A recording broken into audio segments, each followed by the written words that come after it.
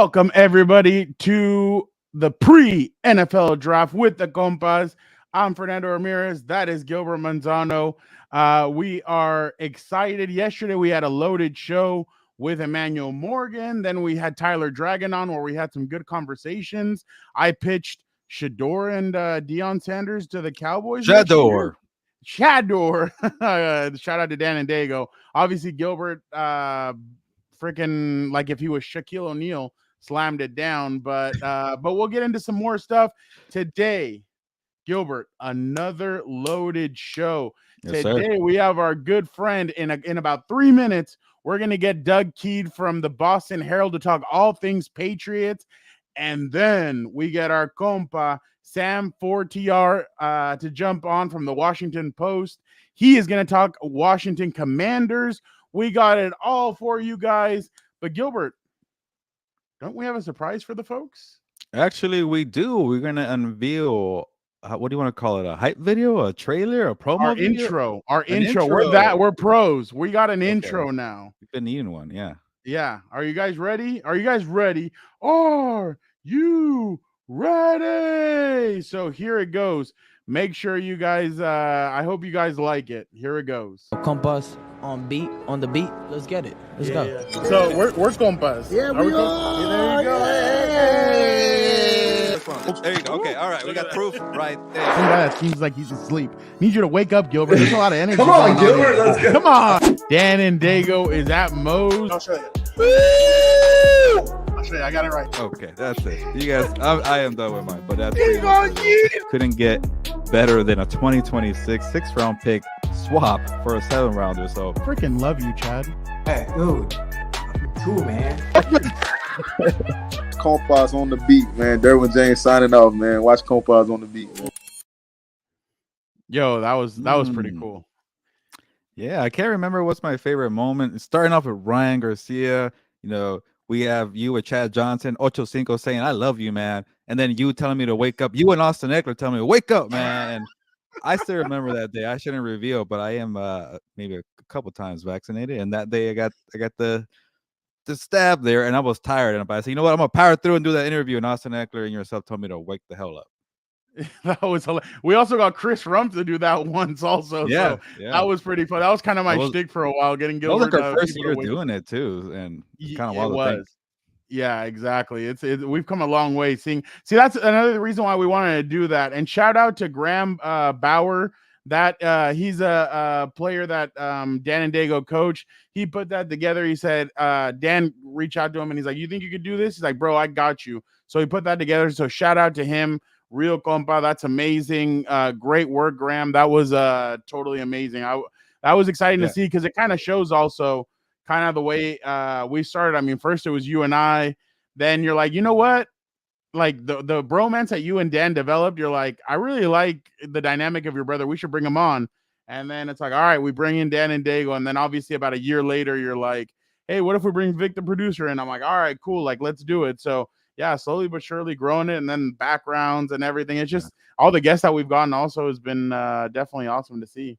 Yeah, shout out to Graham, because I remember Dan was like, you know what, we're gonna get Graham to do the intro video. I'm like, okay, cool. We'll wait a week or two, and right away, 24 hours later, Dan's like, here it is. Make sure to play it. So shout out to Graham for that. Yeah, shout out. And another shout out that we have to do, obviously, is our boy, our compa, Doug Kyed from the Boston Herald. He is now going to jump on with us. Doug, how are you? Great to see you, man. How you been? Everything, you getting ready for the draft? I am. It can't come quickly enough at this point. It's been a long journey since the combine, but I'm excited that it's finally here. Good to see you guys. Good seeing you too, Doug. A little more laid back without Bill Belichick out there, or not really? It certainly is. Hold on, let me get my shot right so I don't have a bunch of junk in my background.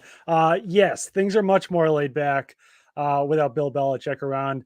We noticed that right from the start at the combine, when scouts and coaches and everyone were actually, kind of out and about rather than hiding away in their hotel rooms. And it was kind of the same thing at the NFL annual meeting.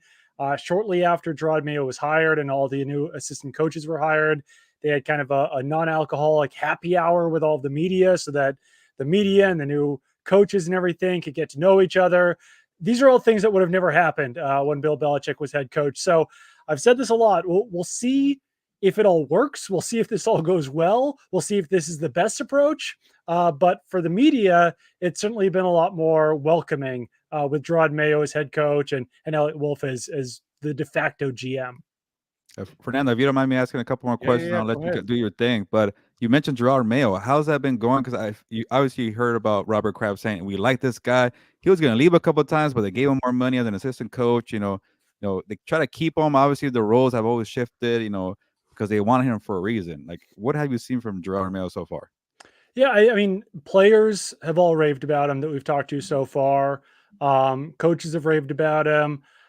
Definitely a really, warm, opening guy. He draws people in. He's got a lot of charisma. And he was great as a defensive coach with the Patriots. He was a co-linebackers coach with Steve Belichick. And they kind of shared those defensive coordinator duties with Bill Belichick.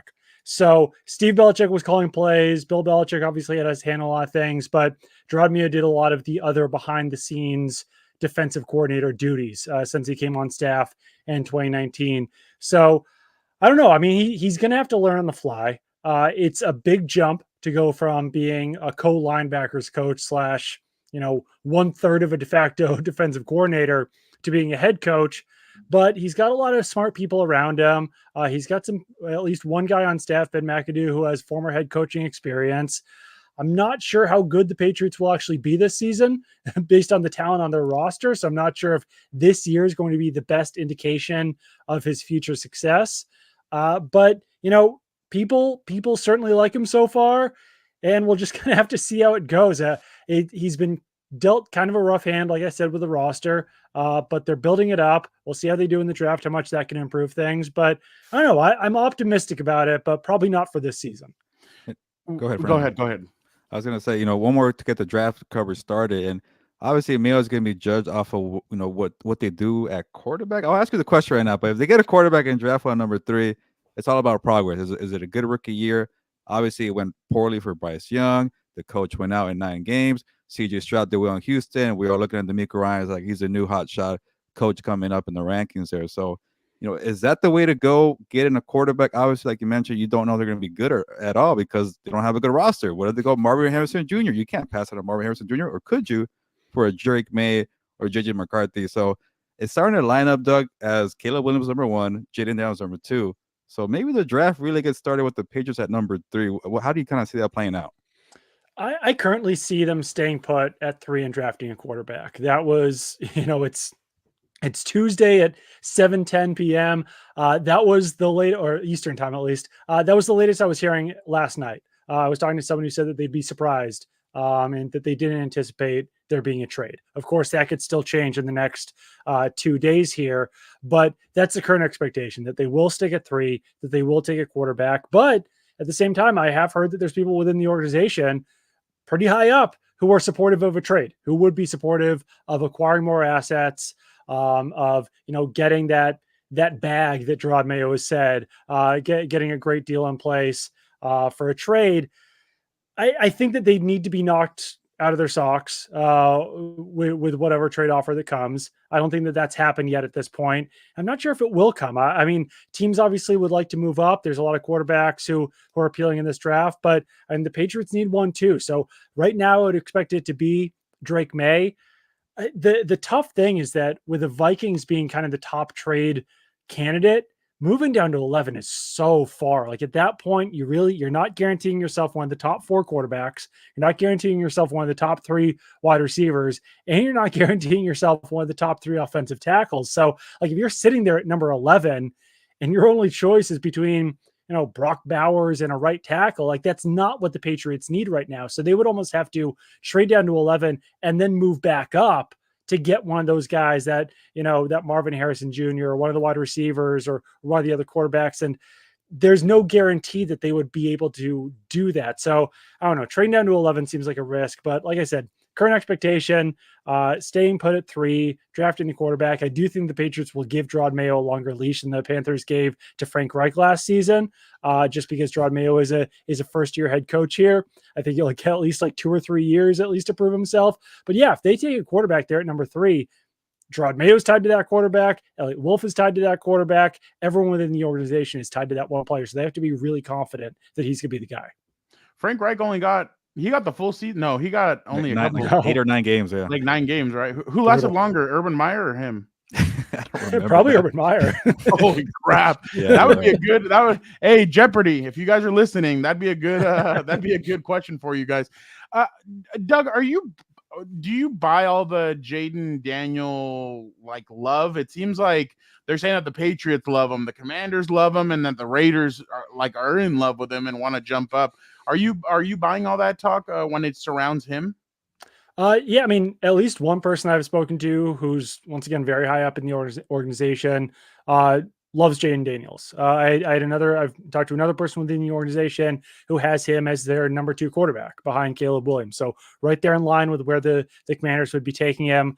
At the Herald, me and Andrew Callahan, my beat partner, did some deep dives on quarterbacks. I had Jaden Daniels' duties, and I mean, I think I'll need to be a little bit more convinced when I see it in the NFL. I think he's a good player. I think he's dynamic with the ball in his hand. He's a great downfield accurate passer on 20+ yard throws. I wasn't sure if I saw a superstar when I was watching him, and his downfield throws were amazing. They really were. Like he's hitting guys in stride. He's throwing the ball perfectly into the deep corner of the end zone. But I had to keep reminding myself that he is throwing to 2 first-round picks at wide receiver with Malik Neighbors and Brian Thomas. Like that can't be dismissed, because I was seeing a lot of those same things from Mac Jones back in 2021 when he's throwing to Devontae Smith and Jalen Waddle and then it doesn't translate in the NFL. There's a lot more skills for Jaden Daniels to translate in the NFL. But, just because he can be a Heisman Trophy winner in college doesn't mean that he's going to be that impactful in the NFL. It worries me a little bit that it took until his 5th year for him to really break out.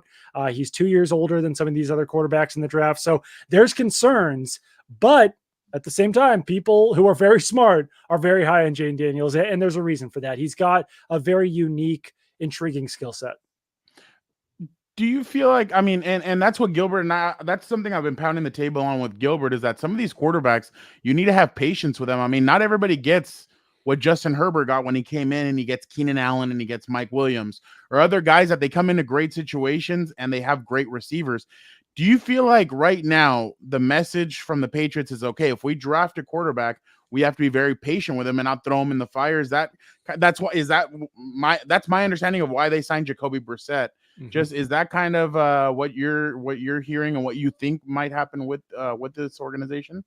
Yeah, they're at least willing to sit whatever rookie quarterback that they wind up with, and to put Jacoby Brissett in there. That's what, Elliott Wolf was saying in his presser last week, that, Jacoby Brissett can support and compete with whatever quarterback, if they bring one in, that they bring in. So personally, I think that, if it's Drake Maye or JJ McCarthy, quite honestly, sit them for a year. I think that's probably the best thing that they could do, just because there's not a very proven offensive line protecting the quarterback. The Patriots don't even have an X receiver on their roster right now. The closest thing to an X receiver is either Keyshawn Boutte or Jalen Riker. They're just chock full of Z receivers and slot receivers. So, they're probably gonna have to find that player in the draft as well. I mean, at least a month or 2, I would sit a rookie quarterback just to make sure that the offensive line is settled, see what the wide receiver core looks like. And yeah, that's why you signed Jacoby Brissett for $8 million, because he can be that bridge quarterback. He could be a good mentor for a rookie quarterback. And yeah, they probably won't win a ton of games with the way the roster is currently constructed with Jacoby Brissett at quarterback, but they can at least be slightly better than they were last year, because Brissett is more proven than Mac Jones or Bailey Zappi and the other quarterbacks they had last year.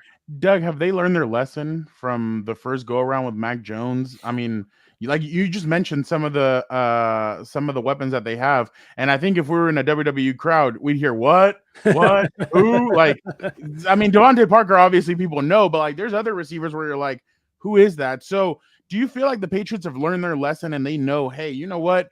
If we're gonna succeed, we have to get good weapons. Because I know they were in on the dude that went to the Tennessee Titans on Calvin Ridley. Calvin Ridley. There you go. Yep. Sorry, not the gambler. Do you feel like, I mean, they've kind of learned their lesson a little bit when it comes to that?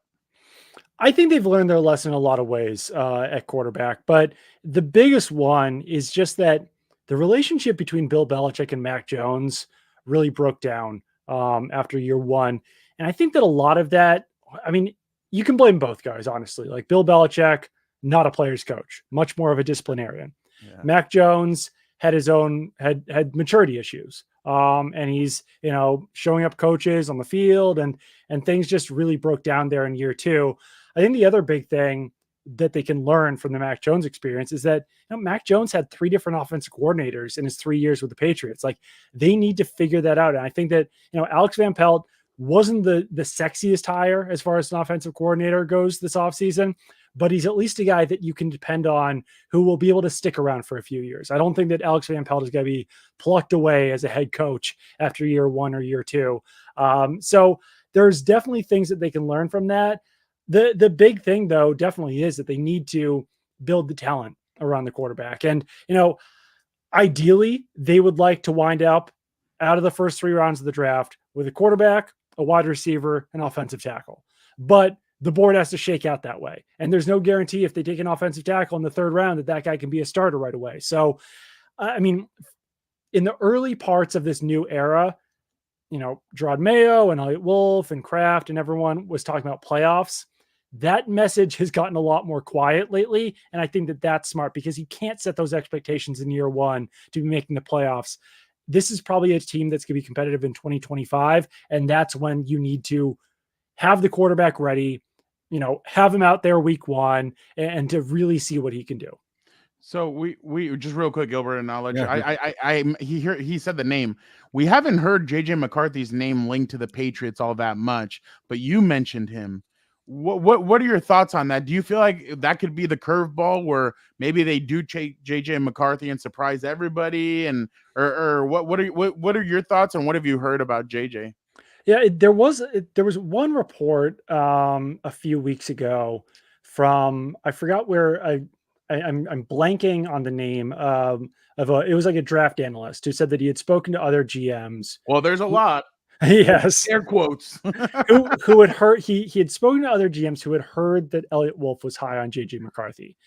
And after that report, I reached out to people that I know around the team, and they said, like, listen, Elliott Wolf is keeping his cards close to the vest. Like, he's not telling us which quarterbacks he likes. And they would have been surprised if he's out there blathering to other GMs about liking JJ McCarthy. So would I be shocked if they took JJ McCarthy at number 3? Like, relatively so, no. But from everyone that I've talked to, dating back to the combine, like everyone refers to like the top 3 at quarterback, and that being Caleb Williams, Jane Daniels, and Drake Maye. And that's continued into this week when I've talked to people. I have asked like lower level people, like, hey, what would you do with this pick?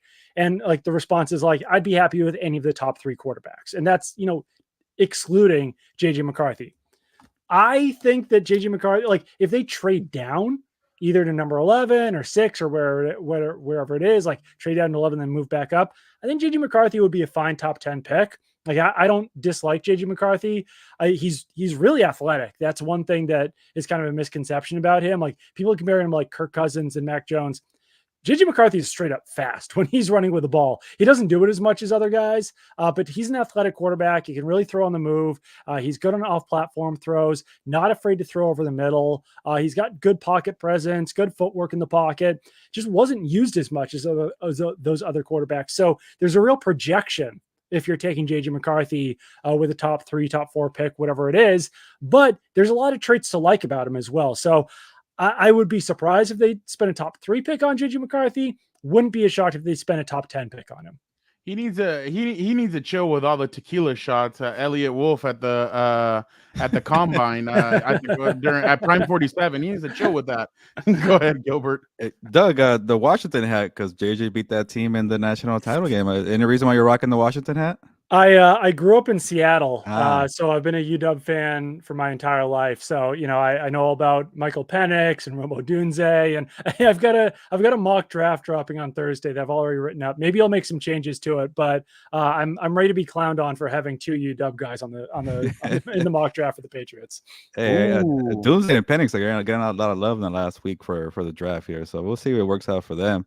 And then Bill Belichick the other day was wearing UW gear. Oh, 'cause that's his son's right, his looking son, there. yeah. His Yeah. son's defensive coordinator. Yeah, I think Steve Bell. I mean, as a UW fan, I'm hyped for the Steve Belichick era on defense. Like he did a great job with the Patriots, so it's gonna be fun to see what he can do there. Yeah, gotta keep an eye on that mullet, man, or the facial expressions. I love that from him. But Doug, He's a let me take you character. back to free agency, and I was a little surprised that they kept the big 3 in-house guys on Wino, Uche, and Kyle Duggar. Like, I guess just from those signs they're keeping those guys, what does that tell you about what the Patriots want to do? Do they feel like, especially on defense, they have the pieces to make it work? Maybe it didn't work out last year because of injury. I think Christian Gonzalez, Matthew Judon, on Wino was just perfect because he's so versatile. So I'm glad they kept him for their sake. But what did that tell you from keeping those 3 guys? Yeah, I think that they were happy with the way their defense played last year. Like the offense just kept putting them in disadvantageous situations, and they still finished, I think, top 10 in EPA per play. They were a really stout run defense, weren't quite as good as a pass defense, but a lot of that was, like you mentioned, injuries to Christian Gonzalez and Matthew Judon there, 2 of the best pass defense players on their roster. Christian Gonzalez is a coverage player, Matthew Judon pass rushing. So I think that the other message that they were sending was just that they want to draft and develop. That's going to be the plan here for the Patriots moving forward. And that's to pay the guys who deserve it. And that was, coming into this year, they kept Hunter Henry, they kept Mike Owenu, they kept Kyle Duggar, Josh Uche signed on in kind of a bargain deal, but kept Anthony Jennings. Like, it really was, they wanted the guys that they knew were fits. They wanted to keep the guys that they knew would work, that they know well, rather than, like, if you're back in 2021 when the Patriots were signing a bunch of outside free agents, like, there's just no guarantee that those guys are going to pan out. And about half of them didn't. At least if you're signing your own guys, you know that they're going to work out. There was some gripes in New England, especially among the fan base, of saying, like, why are you just re-signing the guys that just led you to a 4-13 record? But, like, these guys that they're re-signing weren't the problem. They still have a ton of cap space to spend next year. Like, I don't think that there was a bad signing that they made in free agency, and it was pretty risk averse so far. So I think that's going to be the plan, to draft and develop, and that's certainly what they showed in free agency this offseason. So obviously, I can't let you leave without asking you a couple questions. I was wondering if you're going to ask about that. Oh yeah, no, I have to. The report coming out that Robert Kraft kind of, are we going to call it tampering? I mean, he screwed, threw him under the bus. Seth Rollins him with a chair in the back, whatever we want to call it. What did you make of kind of the saga? I mean, we've heard all this, like Julian Edelman's like, it's a joke that Bill Belichick isn't coaching. Also, he was defending him and saying that he didn't like the way he was perceived in the dynasty. Just what have you kind of made of this saga? Because it seems like it's a saga that is going to continue. But what did you make of everything that happened with Robert Kraft and Bill Belichick?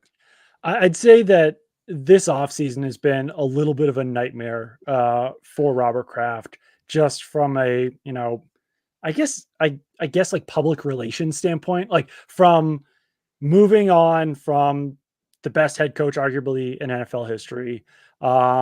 And then some of the comments that were made afterwards of all these changes that they're going to make, that are going to be better. Then the dynasty coming out, which, at the end has copyright like Kraft, whatever, because the Krafts were giving them so much footage and everything that they had to create this LLC for it.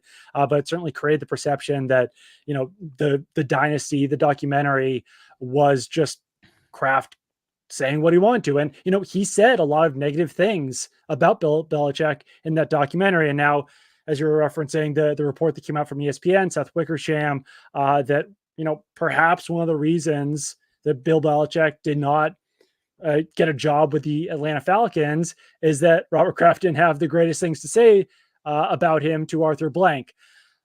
The Patriots came out and said it wasn't true. So, like, we have to take that as well. Like, Stacey James, the Patriots head of PR, put his name on that, said that, Robert Kraft wasn't disparaging Bill Belichick. So the only people who truly know what Robert Kraft was saying are Robert Kraft and Arthur Blank, based on the comments that Robert Kraft made in the dynasty.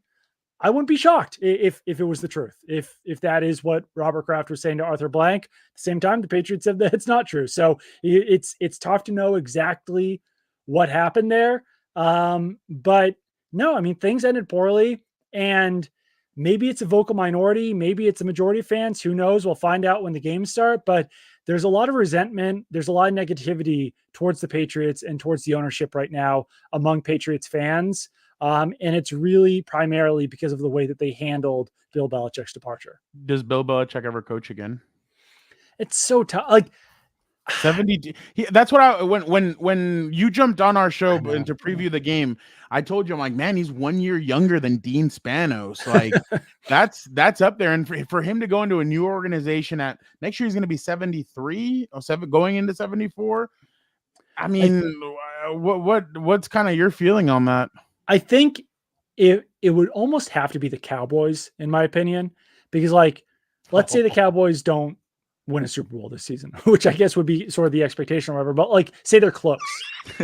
maybe you bring on Bill Belichick to close that gap, to get them over the hump, because it has to be a team like that. Like the Falcons were probably right to not hire Bill Belichick, just because it's going to take a little bit of a rebuild for the Falcons. And you just don't know how long Bill Belichick's going to want to coach. As part of that Seth Wickersham report, it said that he's probably only going to want to coach until he gets the all-time wins record over Don Shula. So with the Cowboys, who knows? That could happen in 1 year. Like they could potentially win a Super Bowl in 2025 with Bill Belichick. The other teams that were in that report said that you would be interested in coaching the Philadelphia Eagles or the New York Giants. The Giants, I'm just not sure if they're close enough. And once again, with the Eagles, maybe if things go south again this season with Nick Sirianni, they finish even worse than they did in 2023. Maybe you bring in Bill Belichick as that closer to win a Super Bowl while, the talent is still stacked on your roster and before you have to rebuild. But it really has to be a team like that that's so close, and you're just at your wit's end with their head coach. Yeah, and that's kind of where I'm kind of leaning toward, wondering if he's gonna come back, if he's not, what's kind of the future. Are you gonna? I mean, I know you're gonna be working and doing your thing, but are you gonna tune in at all for him on the Pat McAfee show on during his draft spectacular? You almost have to. I was talking to Andrew Kelly, my beat partner, about especially after the Patriots make their pick. You have to be you have to listen to what Bill Belichick's going to say about that guy, because for us, we're that's going to be a note. That's going to be a post. Whatever Bill Belichick has to say about their decision, staying put or trading down, whichever player they take, or what he has to say about whatever quarterback it is, that's headline worthy stuff still in New England. So I probably won't be tuning in for, I don't know. I mean, honestly, I'm kind of out on some of the draft shows, right? Some of the broadcasts. So I probably would be more interested to hear what Bill Belichick has to say about the 15th player taken overall than some of the other draft shows. So honestly, I probably will watch a lot of it. And he said he's still watching film regular. Yeah. He's still doing all that stuff. So Doug, can we ask you two more questions before we let you go? Absolutely. Just people are asking questions. Luis wanted to ask you, what would be the most shocking pick? I guess in general. I guess I'll take this from a Patriots perspective. What the most shocking pick? The most shocking first round pick that they could make would be anything other than a quarterback, wide receiver, or tackle. If they're taking any sort of defensive player high up in the draft. If they're trying to find a guard, even a right tackle would be kind of shocking, just because Michael Wenu can play either guard or right tackle. The only left tackle they have on their roster right now was a guy who played right tackle for the Steelers last year, Chuka Okorafor. They don't have someone really in that position. So they specifically need X wide receivers, left tackles, and quarterbacks. I wouldn't be shocked if they go off the board in their second round pick, just because I heard that, that's kind of a weird spot where they might have to take the best player available, because if someone that they have a first round grade on drops out of the first round, maybe they scoop him up at number 34. But in the first round, anything other than a quarterback, wide receiver, or left tackle would be shocking for me. Last one for us, and Doug, we appreciate you jumping on with us. What are your thoughts on Mike Vrabel, not a former Patriot, Mike Vrabel not coaching, and next year, do you feel like he will come in? He is like a consultant for, I think, Ohio State or something. No, for a team. I can't remember it's the Browns. Is it the Browns that he's There you go. with? Yeah. I forgot about that. That's a random. But what are your thoughts on him not coaching, and do you feel like he will be a head coach next offseason? I'm surprised by it. I mean, he was what I felt like was one of the best head coaches in the NFL. Yeah. It was a weird hiring cycle this year, having Bill Belichick not get hired, having Mike Vrabel not get hired, Pete Carroll still hanging out there. And then, guys like Dave Canales, like, I think he could do a great job this season, but like that seemed to kind of come out of nowhere. Raheem Morris came a little bit more out of nowhere to me, like guys that you might not have expected would be in that first, cycle of head coaches get hired. So I think Vrabel will be back soon. I think that he deserves a head coaching job next year. And he's a guy that has a lot fewer limitations than Bill Belichick has. I think that you could bring him onto almost any team and he would be a good fit there. So yeah, definitely surprised. But sometimes that just happens where guys get left out of the hiring cycle because there's only so many jobs and guys have their preferences and everything, but certainly deserves a job. Great guy. And I think he'll be back very soon. I love that when they said he's intimidating. Well, yeah, he jokes on the shit out of you through a table.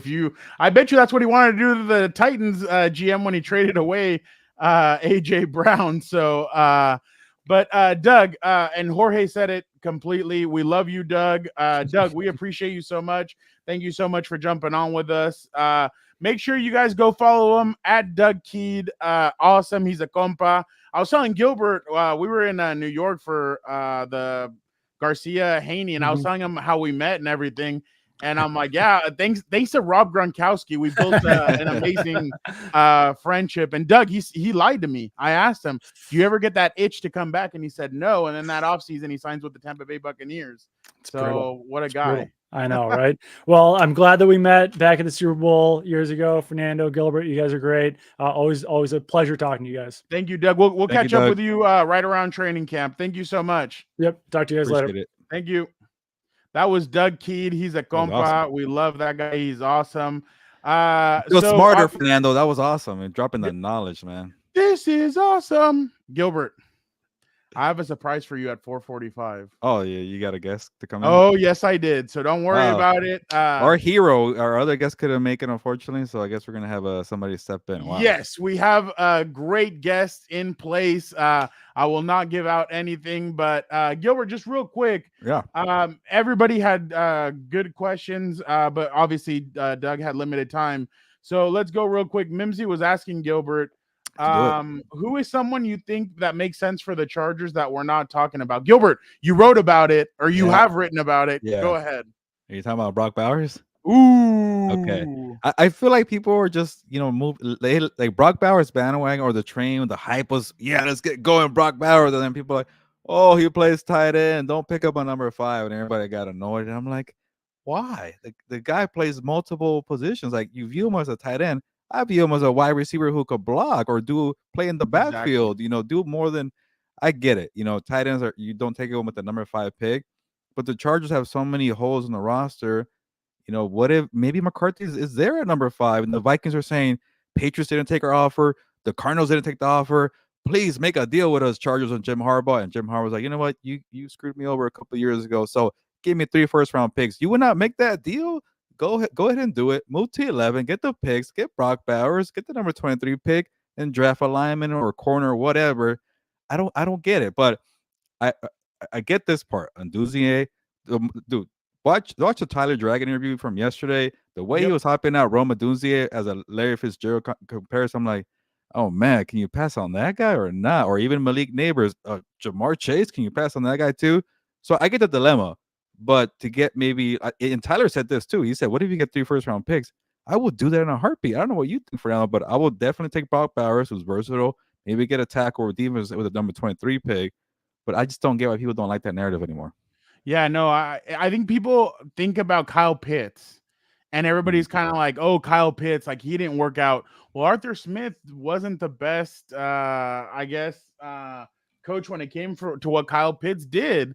So I completely understand this guy can do a lot. And I know I can't remember who we talked to. Was it? Oh, it was yesterday. It was Tyler Dragon who said they signed 2 tight ends already, and it's like, well, no, I still think that they have some work to do with the tight end position. But I completely agree with you. Romo Dunze, Yeah, he could be the guy that they go. Are you coming around on Rome there? No, I'm not. Okay. I'm still not. I still think it's Marvin Harrison Jr. Gap, Malik Neighbors, Gap, Roma Odunze. But I saw don't know. today. I don't. Oh, well, go ahead. No, I just saw that. Did you see that tweet that he was With Caleb Williams? Yeah, Caleb Williams, like, oh, he's on my plane. He's like, dude, I'm flying the plane or something like that. Like, I thought that was hilarious. I'm like, with everything that we've seen lately with planes, I'm like, I wouldn't be joking around like that because Delta or whoever they're on could get in trouble. Well, I went on a Boeing flight, by the way. Commercial. You'd think they'd fly private, but they're flying commercial. They're still college kids, but I guess NIL kids. Oh, so NIL. I don't know. Yeah, Caleb Williams can fly. That actually private. did change it. Well, they're probably first class, but I did take a Boeing flight to New York, and I was a little worried about that. No, I just fall asleep. But oh wow, guys, people are excited. Surprise.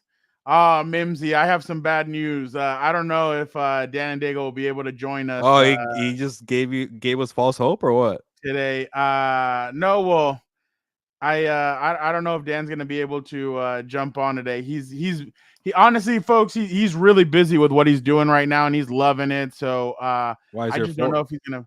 So your 445 guess is not Dan and Dago. It is not Dan and Dago. Ah. Yeah. Huh, now I'm really interested in it's not Dan and Dago, but but yeah, no, Dan's really busy right now. So we're gonna try and do stuff with him, but he's gonna be busy for a while. So Jorge went full Darth Vader on us. No, we're gonna try. We're gonna see, but the 445 guess is not Dan and Dago. I think Gilbert's texting people that we know in common, and he's like, "Hey, did Fernando ask you to jump on?" But I'm curious. Well, yeah, but so this question was for Doug. Maye, we're sorry, but are the Chargers in danger of getting up to 2 good players in the draft or mid to bad players instead of getting a for sure fired? Okay, yeah, I don't understand what that means. Sorry. One more time. Are the Chargers in danger of getting up to 2 good players later in the draft or mid to bad players instead of getting surefire dogs? Maye, I'm guessing like if they trade down, right? Like will that be kind of the? Is that what he's talking about, or is he talking about like later? Like you know how in the past, like Tom Telesco's drafts haven't been great later rounds. Is that what he's? I don't know, but Maye, if you're still watching, Maye, help us clarify a little bit, and we'll definitely try to answer your question. Maybe he is talking about in the first round. Yeah, maybe. But man, Chris Rim from ESPN, he jumped on their mock draft, and he said that he had them drafting Latham. He made the trade with oh really? The ESPN NFL Nation. Yeah. Dude, remember when they used to have to fly all of them out there, and like all of them would be there just to jump on? So it was remote. Yeah. So basically he had Latham, and then he had Brian Thomas Jr. Oh, okay. So I didn't think I feel like that draft would be kind of underwhelming for the public. It's like I know Latham, like, dude. People were. It was like Joe Alt. Yeah. People were in the comments and they weren't too happy with him. But I'm like, dude, come on, like, what do you? Oh, okay. So GS, thank you, and Mark Madlock. They're saying that if missing out by trading down. So he's talking about trading away from a blue chip to get 2 decent ones. Okay, thank you guys so much for helping us understand. But what do you think? He's talking about trading away from a blue chip. Yeah, you know. Yeah. Again, like if the compensation for the trade package is like you might be able to get a blue chip next year in 2025. Look what happened with the Bears and the Panthers. They traded their pick and they got the number 1 pick again. So you just never know. I like to take that gamble, especially for a roster you see so many holes. And honestly, I'm gonna stick up for the Chargers receivers, Fernando. I like Palmer, and I want to give Quentin Johnson a little more time. So if we just add 1 really good wide receiver, that's not a bad group to develop. They're going to be young. You're going to have to learn with Justin Herbert.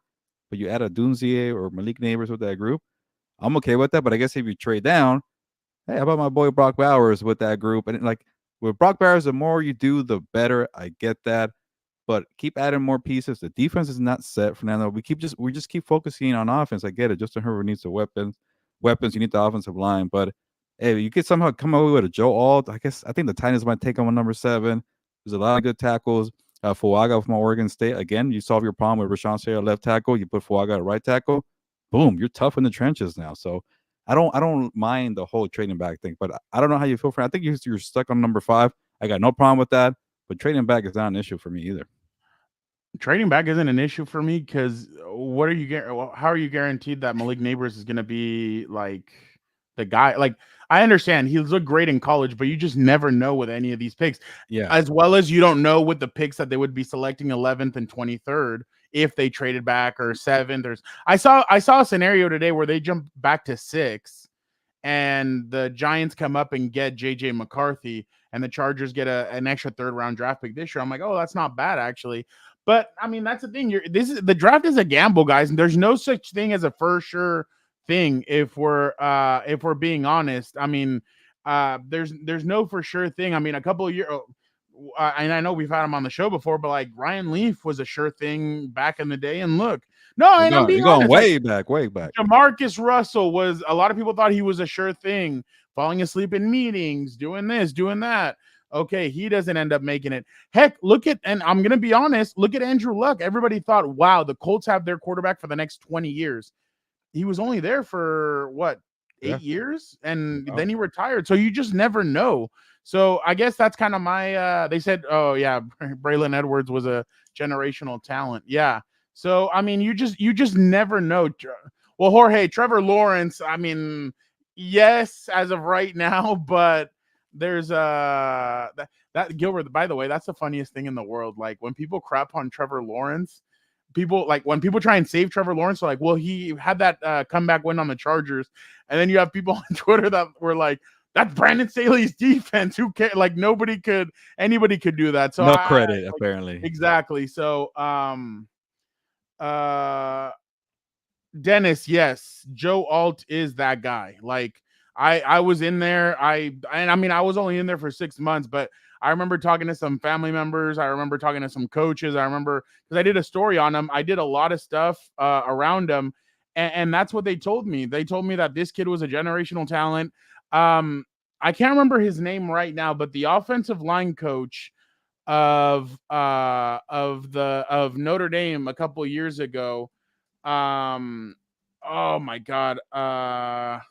The one that came or had a connection with the Chargers? I forget. No, this was in like 2021 offensive line. Yeah. He had a connection because I think his son was like an intern for the Chargers for a while, but his name was Harry Heinstein. No. Yeah. Yeah. So I remember Brandon Staley pulled me off to the side and he's like, you need to listen to who this guy is. I was like, oh, really? He's like, this guy is a great offensive line coach. He's like, when we were with the Bears, they used to fly him. Like he used to fly private to go watch his son play at Notre Dame. I can't remember what the story was. I remember Brandon Staley told me about it, but I remember Harry Heinstand told me, he's like, this kid is a generational talent. And that guy was a Bears offensive line coach for years. He was with Notre Dame before that. Like this guy is like, he's generational. Didn't Joe Alt start as a guard and took him out? And they moved him out. Yeah. But he's still learning the position. He's playing that well. So well, and I mean, the thing is, there are going to be questions about him and stuff. So he looks like a mauler though. He looks like a big dude. And Gilbert, our guest extraordinaire, is here. I am excited to have him on the show. We need a banner, Vic, if you're ready. No, I have.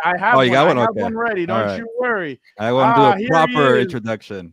Eric Williams of Fox Sports joins us. Thank you so much, Eric, for jumping on with us. Short notice. How are you, Eric? What's up, fellas? Thanks for having me. Appreciate it. Not a whole lot. living the dream. Hey, you're chill right now, Eric, but I'm happy and excited and shocked because I didn't know you're gonna jump on the show. So for now, I say, hey, we got a surprise guest. I'm like, oh, who could it be? Don't tell me your brother Dan and Dago. I don't want to hear Dan right now. He's too loud. I don't care what time of day it is. It's too loud. But when I saw your face, Eric, I'm excited. Thank you for being on. You're welcome. You know me, Gil. I'm like smooth R&B. I'm just kind of yeah. Like, I love Eric's it. all about that Drake. Yeah, I'm definitely on that Drake. On that Sade, man. Eric, obviously the draft is coming up. One of real quick. This guy's an OG. He brings the heat. There you go, Eric. You bring the heat. We'll see. I got one more arm up. It depends what day it is, Eric, for the heat. I need some icy hot. Eric, the draft is this Thursday. Just what are your thoughts? I mean, obviously everybody expects Caleb Williams to go 1. Yeah. After that, what are your thoughts about what happens next in the draft? Yeah, I think, for me, the interesting thing is the receivers. We haven't had a group like this, for a long time. When you look at 3 of the top 10 prospects, when you rate them, you look at, the draft analysts and how they're rating them, are in the top 10. You obviously start with Marvin Harrison, who has that legacy. His dad is a Hall of Famer. But then a lot of people have really been talking about Malik Neighbors and his explosiveness and his speed. And then Rome Odunze is probably the safest out of the 3 because you just kind of know what you're going to get. The production is there. He has a high IQ, big, strong guy. He can play outside, play inside. So I think not only those top 3, but there's a number of receivers that could end up in the first round, and they could set a mark historically. I think it's 7 was the most that's went in the modern draft era. We could see 8 go in the first round because there's so much talent there, and passing league, all that. Teams are looking for playmakers. So that to me stands out. Offensive tackle class stands out. There's probably going to be 5 or 6 that go in the first round. Probably not going to see a running back go in the first round or a safety when you look at, 2 running backs going in the first round last year, and Bijan Robinson and Jamar Gibbs. And then, where are the quarterbacks going to land? Obviously, we have to talk about quarterbacks. We think they're going to be in the top 3 picks, and maybe J.J. McCarthy sneaks in there at number 4 with the potential for 6 quarterbacks to go in the first round. But to me, I think Penix and Nix are kind of being pushed up a little bit. I don't think they're going to go in the first round. I think those are going to be second-round picks. With Penix, I think it's obviously the injury piece, 2 ACLs, shoulder. I think that sounds more like a second-round pick. And I think with Bo Nix, it's just does it make sense? Is he first-round worthy, or is it going to be like Will Levis where he falls into the second round or has been, ranked as a second-round pick? And just with all the scuttlebutt and all the talk in the last week, guys are pushed up. Does he drink mayonnaise with his coffee? That's nasty. That's what Will Levis does. So that's why he fell in the second round. I know why you're throwing that out there. And Fernando, I expect that out of you. Eric, hopefully he does not drink mayonnaise in his coffee. Nobody, please don't do that anymore. But Eric, because you keep an eye on the West Coast teams very, very closely, and you mentioned Bo Nix and Michael Penix Jr. Like, I guess if you're the Raiders and the Broncos, if you try not to get desperate or reach, like, what do you do? Like, for a quarterback, do you kind of just wait for the board to fall your way? Or what do you do with the first round picks? I think you have to. I think you have to get playmakers if you're going to select a guy in the first round. And I think you saw it with the moves that they've made. The Raiders signed Minshew. The Broncos made a trade for Zach Wilson. So that's kind of telling you that maybe they're not as high on these guys that are coming up in the draft and are kind of protecting themselves a little bit to make sure that if they don't get the guy that they want, they already have somebody, already on their roster. The Seahawks went and made the trade for Sam Howell. And that kind of lets you know that, hey, maybe we're not as high on a quarterback, and we kind of already got our young developmental project. We told the moms in Denver, or kids to hide their moms in Denver because Zach Wilson's on his way over there. Yeah. Cougar alert. Exactly. Everybody be careful. I think Fernando's the one that's on the heater on fire. He was talking about Miles City MILF Hunter is what I call him. Mile High City MILF Hunter. There you go. That's what he's going to be out there. You know, I'm not touching that, Fernando. No. Keep it moving, Fernando. Eric, you cover both the Chargers and the Rams as well as the NFC and the AFC West. Mhm. When you look at the Chargers, obviously a lot depends on what happens with Arizona. Yeah. Do you feel like first with that, do you feel like Arizona stays? And if they don't trade out, what do you think happens? Do you think they trade out or not? Yeah. Arizona has 11 picks, so they need to like get premium players, and the best way to do that is to get them high in the draft. So they did that last year, which is understandable because they're trying to get as many picks as possible. But with 11 picks already, I think they need to stay and just get good, solid players to add to their core. Kyler Murray needs somebody to throw the ball to. So to me, it's a no-brainer. You take Marvin Harrison Jr., you throw him in the lineup, and you go play football. And you know, I think it makes sense for the Chargers if that's what happens, and the Cardinals just take a receiver that they want to move down because they need more picks. You know, they're starting that rebuilding process with Harbaugh and Joe Horitz as their GM, and so they need more bites at the apple. And if there's a team that's willing to come up and they could kind of drum up enough, you know, interest to get a couple picks and move down and still get an offensive lineman, which I think is their top need, I think it makes a lot of sense. With the depth at receiver, I know a lot of Chargers fans are screaming Marvin Harrison or Neighbors, get a playmaker. We just lost Keenan Allen. Where did you draft Keenan Allen? In the third round. Yeah. You know, you got a number one receiver in the third round, and guys like Malcolm Floyd have not been high picks for this franchise in years past. So you can get a good receiver that could come in and be productive in the later rounds. You need to get that offensive line shored up so that Justin Herbert is protected. You can run the football. And then you can find, again, a lot of depth in this class.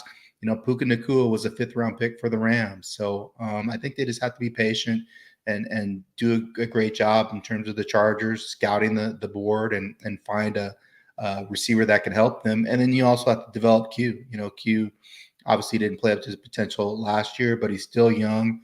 A lot of people aren't talking about it, but Sanjay Lal is a legit receiver coach in this league. And the Seahawks really worked hard to bring him back because he had such a good relationship with DK Metcalf. And so I think he's a guy that can maybe come in and develop that young receiver. What happens in Hermosa Beach? That's Thursday, right? That's Yeah. where the Rams are going to be. Yeah. You saw that I tweeted out the draft I house. did. Yeah, I was expecting Sean McVay to be without a shirt on and just chilling there and taking the sun in. Or I thought maybe you're going to bring your thong bathing suit and you're going to come out there. There he is. Hey, you really want to see this in a Speedo, especially now. Maybe a couple months ago you wouldn't have, but now I love the confidence. It's getting you slim and trim, Fernando. But what do you think? Because they haven't had a first-round draft pick since 2016 when they selected Jared Goff, and I mean, you can say that it was a good pick or not. It goes either way, but but just what are your thoughts about what the Rams do there? Well, obviously no Aaron Donald, so you think they're maybe looking at defensive tackle to come in. You're not going to replace Aaron Donald, but you need to have numbers in there to figure out what kind of scheme you want to run. So that makes sense. Or an edge rusher, you know, layout 2, lot 2 maybe makes sense at 19. I think they're going to move up though. You know, they have 11 picks, and I think they feel like they're at a point where they can compete with San Francisco if they add the right pieces. So to me, I think if Cooper DeJean is there and you have to move up a couple spots to get him, they need help in the secondary, and I think he makes sense for them because of his versatility. He can play that star position that Jalen Ramsey played, so he can play inside, he can play on the perimeter, he can play safety. You know, they had another versatile guy that helped them win a Super Bowl a couple years ago in Eric Weddle. That was a smart, high IQ guy that had some playmaking ability, could take the ball away, and then he's also a guy that can return kicks and punts as well. So to me, I wouldn't be surprised if they see him sitting up there in the teens and they move up and get him. I like that, Eric. Yeah, I was gonna say a white cornerback. You know, you gotta make history, and that for a first round there. But I like it because Eric, you know, people get so caught up on the free agency moves, like, oh, they got Tre'Davious White, Darius Williams, they got a safety in Cam Curl. They're okay in the second down. Like, you gotta get younger in this league. Yeah, they get hurt pretty often. So I do like that pick from them. But let me ask you a question about the GMs, Eric, especially in the AFC West. Which GM has the most at stake or the most pressure to actually deliver something good for this April? How about the dude in Denver? Is I it mean- Sean Payton or George Payton? Payton, however you want to say his name. I mean, Or Patton? There you go. Patton, yeah, Patton and Well, Peyton. your Patton boy Payton. Russ, Fernando's boy Russell Wilson was a That's dumpster your fire. boy. Broncos country, let's ride. Yeah. He's What's the new riding out one? to Pittsburgh. What's the new one? I Steel don't know City. what the new one. Steel City, is that what he's saying? I don't know. Did you see that video of him working out inside the gym with sunglasses on? Yeah, well, Corey Hart wears his sunglasses at night. But I do think there's some pressure on him because it didn't work out with the quarterback, it didn't work out with the head coach, and now you bring in Sean Payton, who's probably got all the juice there. So at some point, if things don't go well, I would think he's the next person on his way out. So they need to hit in this draft. Just Eric, what's one of your? Give us a spin. Something wacky that happens in this draft, Something wacky that happens. Wow. or Just maybe get- a player that we're not like. We're like, oh wow, a surprise or something. Yeah, I don't have anything off the top of my head. Black and gold, ready go. I'm not sure. I mean, obviously players are going to move up and down. There is going to be a player that falls that we don't expect. And there's going to be a player that's drafted high that maybe we're not figuring that to be drafted high. I do have a sense that the defensive tackle out of Texas, Murphy, is going to go higher than maybe people expect. And I say that because there's not that many highly rated defensive tackles out there, and those guys have such a big impact on the game. So maybe that guy is a guy that goes, in the singles, goes 7 or 8 versus going in the teens. Maybe he's a person that rises. And then like I talked about, I think Cooper DeJean is going to go higher than people expect. And a lot of people think he's going to go in the 20s. I think he's going to go in the teens. Are you going to be in Hermosa Beach or Costa Mesa? I'm going to be in Hermosa Beach on Thursday, and then I'm going to try to make it to Costa Mesa on Friday. Are you going to be in Costa Mesa? Yeah. Let's do Friday. Okay. Yeah, I'll be there Carpool? Friday. You're carpooling? Yeah, most likely. I'll let you know. Okay. Yeah. Last one for me. Just are you kind of?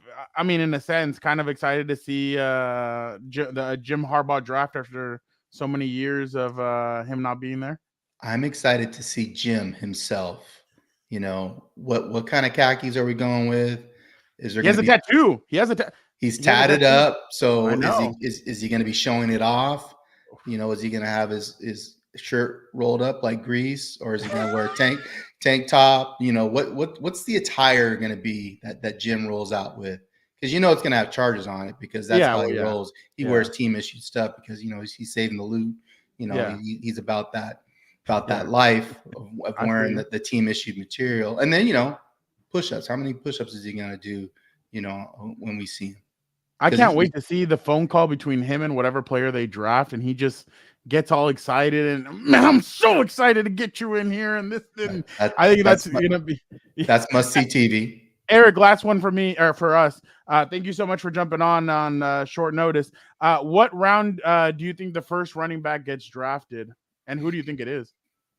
I'm gonna say third round. Whoa. Wow. Yeah, Jonathan Brooks out of Texas has the ACL knee injury, so I have him sliding a little bit. Perhaps he goes in the second. I think it could go day 2, but I have him going in the third. No Blake Corum to the Chargers at any point? Maybe in the third or fourth round. I'm just who I like for this them? year's running back class. Audric Estime is a guy that I think he would benefit from a Jim Harbaugh style of system, but yeah, I definitely. We'll see what happens. But Eric, thank you so much for jumping on with us. I'm sorry that Daniel's not here because I know you. That's your guy. So that's the reason I came on at such short notice. I thought Daniel was going to be here and we were going to have a conversation. He's still coaching at a location that he does not let us disclose. But he said, he's been working late lately. But I'm telling you, Eric, we'll get you on with Daniel for sure. Okay, maybe I'll see him on Friday. No, I think he'll be at work. So yeah, no, that one. all Yeah, right. I know. Busy man. Hey, one day I told him, I'm like, it'd be cool to get you and Jim Harbaugh on a podcast. Just you two, let the mics fly, and let's see what we get from that magic right there. Yeah, that would be interesting for sure. Eric, much love. Gil, Thank am I you going to so see you much. on Friday? No, I'll be staying at home from the comfort of my home. He wants to watch on Thursday. He wants to watch Bill Belichick on Yeah, Pat that's why. McAfee Yeah, show. That's why he's staying. show off the rings, you know. Yeah, I got you. Thank you, Eric, so Thank much. you, That's Eric. Eric D. Williams. You guys know him. You guys love him. We love him as well. Make sure you guys check out everything he does. Thank you, Eric. Appreciate you guys. That was Eric Williams. We That's love a good him. surprise, Fernando. Good Hey, surprise. I told you I had something for you, but We just text him on the spot. He's like, "Yeah, I'm down." yeah. So when you Wow. texted me, hey Sam, the no-go, I'm like, you know what? I'll get somebody on here. And so I texted him and he's like, yeah, dude, let's do it. He's like, I'm just laying around doing nothing, so let's do it. I'm like, all right, cool. So you got booed for not going to Costa Mesa to see Eric. Just letting you know. Yeah, no, Eric is a compa. We love him. He's awesome. So Whole day about that. Not going. hey, you guys are getting a lot of top-notch action these last 2 days because, and by the way, I saw this. I needed to come back to this. Fernando has a thong bathing suit. Not surprised. Yeah, thanks for that one. Eric, I don't know what He's Eric's ready. talking about. Ready for the summer 2024. You're ready, huh, Fernando? 2025, summer 2025. No, you're not. This not this year. No. I think you're ready. I think you're ready. You'll have a ways to go. But all right, Gilbert, let's move on. And again, let us bring in Vic, the producer. Vic, how are you doing? I'm doing good. Here, doing? let me change this for us here. Oh, okay. There we go. And then we'll have one of you. Who wants to go first here? There, yeah, put him. Yeah, there we go. All I right, did get a guys. haircut He does today, not so like I'm it pleased. though. He does not No, like it. no. Oh shoot, my bad. Hold on, real quick. I completely forgot because I was moving things around.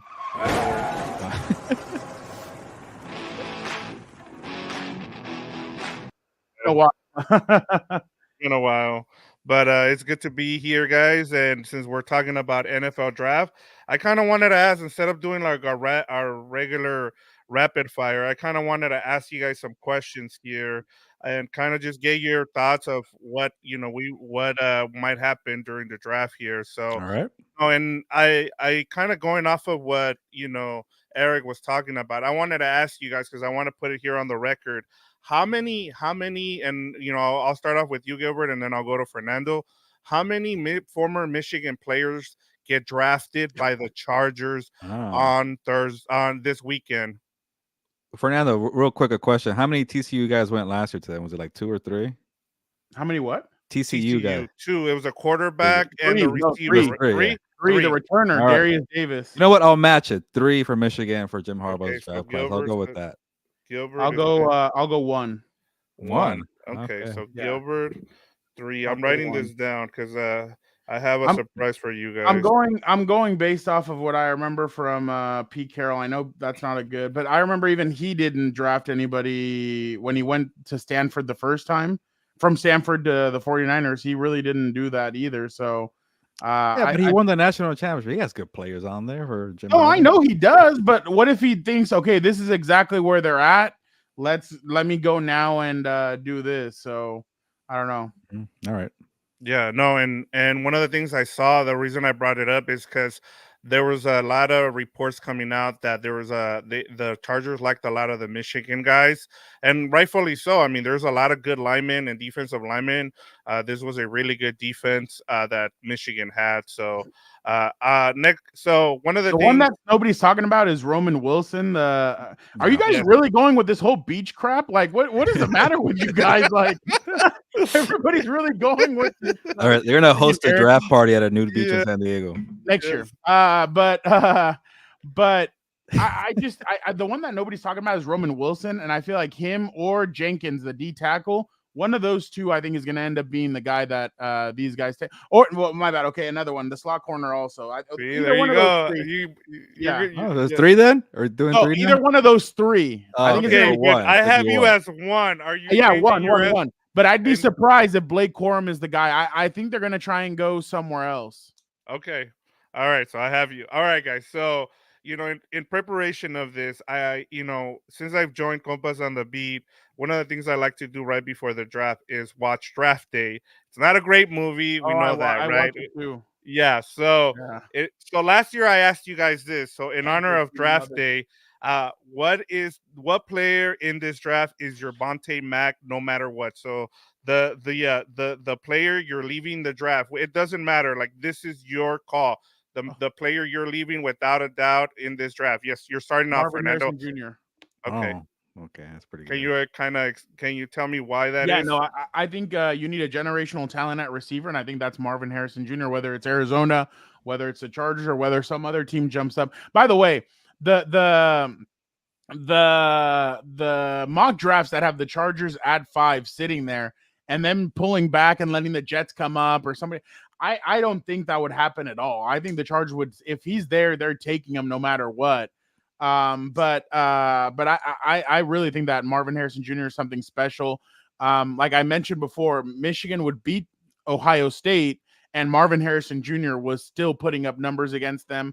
On top of that, this year they didn't have a great quarterback, and he still put up big numbers. So I think Marvin Harrison Jr. is that guy that I would not let leave. I would draft him no matter. Heck, I think the first 4 teams are dumb for not taking him, but obviously they all need quarterbacks. But still, See, I gotta criticize for now because isn't Vontae Mack the guy that you had to push for when people didn't believe in the guy? Everybody believes in Marvin Wow, Harrison look Jr. at Gilbert with Come on. some Gilbert movie really knowledge. pulled one over me. Yeah, you're come right. on. Come on. No, Bo you're right. Callahan's a guy that's overrated, all right? But this one, you need to pound the table for. Okay, let me give you mine, and then give me a real one after that, Fernando. And Gonna go mine's Cooper G. maybe it's not the best. Cooper or Deshaun. No, Cooper G. Cooper G. Yeah. You got to get the white guy. Anyway, so if somebody's watching, they're gonna get mad at me. But you know what? He's a high prospect, but I don't get why he's being rated number 3 quarterback. And every year I got my quarterback, my guy, the big, strong arm, athletic guy, smart guy. Last year, Anthony Richardson. This year is You did. Drake I was Maye. going to tell you. Do you remember who you went with, Fernando, last year? Oh shoot. No, do you have Okay, it? I'll tell you. Go ahead, Gilbert. I have it. All right, for me, it's gonna be Drake Maye, and people are saying, "Oh, he's inaccurate, and maybe it doesn't, doesn't not as athletic as the other guy, bad footwork." But I'm like, this guy's like 6'4", rocket arm. He has the intangibles, the skill set. Like we think about Justin Herbert. Remember, Fernando, all the lead up to the draft, Herbert's the number 3 quarterback in the draft, and people were like, "What are you talking about?" Yeah, he missed a couple of throws, but he has the rocket arm and the skill set. Same thing with Josh Allen. Yeah, he went to Wyoming. Well, if you have a good coaching staff, go groom the player, develop them.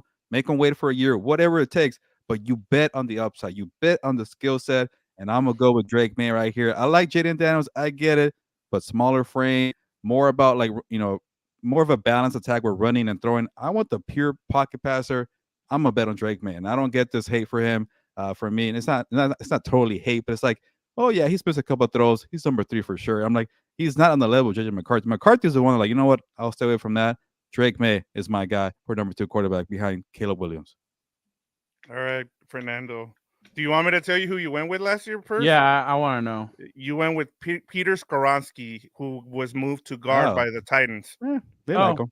Yeah, that's. I mean, boring, but yeah. Well, I mean, they're building their offensive line. If they Yeah. take Joe Alt this year, that's they have the left side. Yeah. Yeah.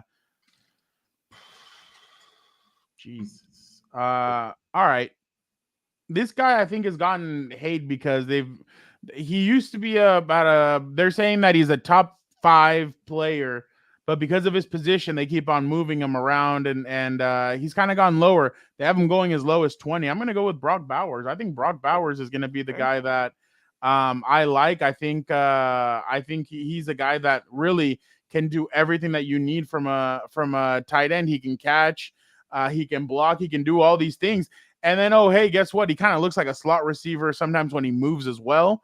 So I think he's going to be one of those players. If he really does go to the New York Jets, even though I'm going to be honest, the New York Jets, you guys need offensive line. I think you cannot. You're risking everything on a 40-year-old quarterback who's coming off an Achilles, 2 tackles that don't make it past they don't play more than 12 games, and then obviously Mike Williams is coming off the torn ACL. So I think they should look at offensive line, but I still think that Brock Bowers in any system is going to help. And with the right coaching, I think Brock Bowers is going to be that guy that I would not pass up if I was a team. I certainly wouldn't let him go. Yeah, I think it's just hard just because people are starting to see where the tight end position being drafted. Is it a position of need? Do you really need to draft one in the top 10? I think that's the biggest thing. But I just hate when people go, well, these are examples of tight ends that well, you never know. This could be the guy that kind of it has changes to be a everything for fit. them. Exactly. And I mean, some teams need a tight end. Again, I know that the Chargers have signed 2, but I mean, can you really count on Donald Parham if we're being completely honest? No, you can't. Like, he's been hurt. He had numerous drops last year where you're kind of like, dude, what is going on? So, and I know Will Dissly and the other guy that they signed, Hayden Hurst.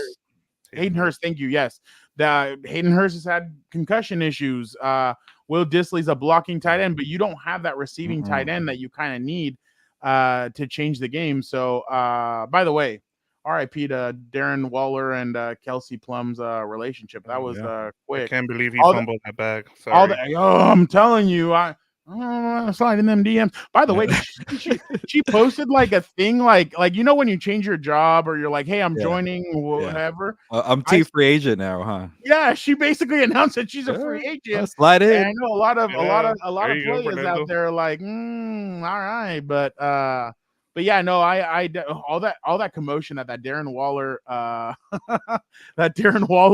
wedding caused, and now it's over. But yeah, my bad. So yeah, Brock Bowers is my guy.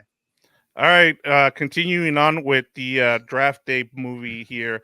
Is there a Bo Callahan in this draft class that teammates wouldn't show up for his birthday party? Do you guys want me to give you what you guys chose last year, or do you want me to tell you after you give the answer? I want to hear it. All right.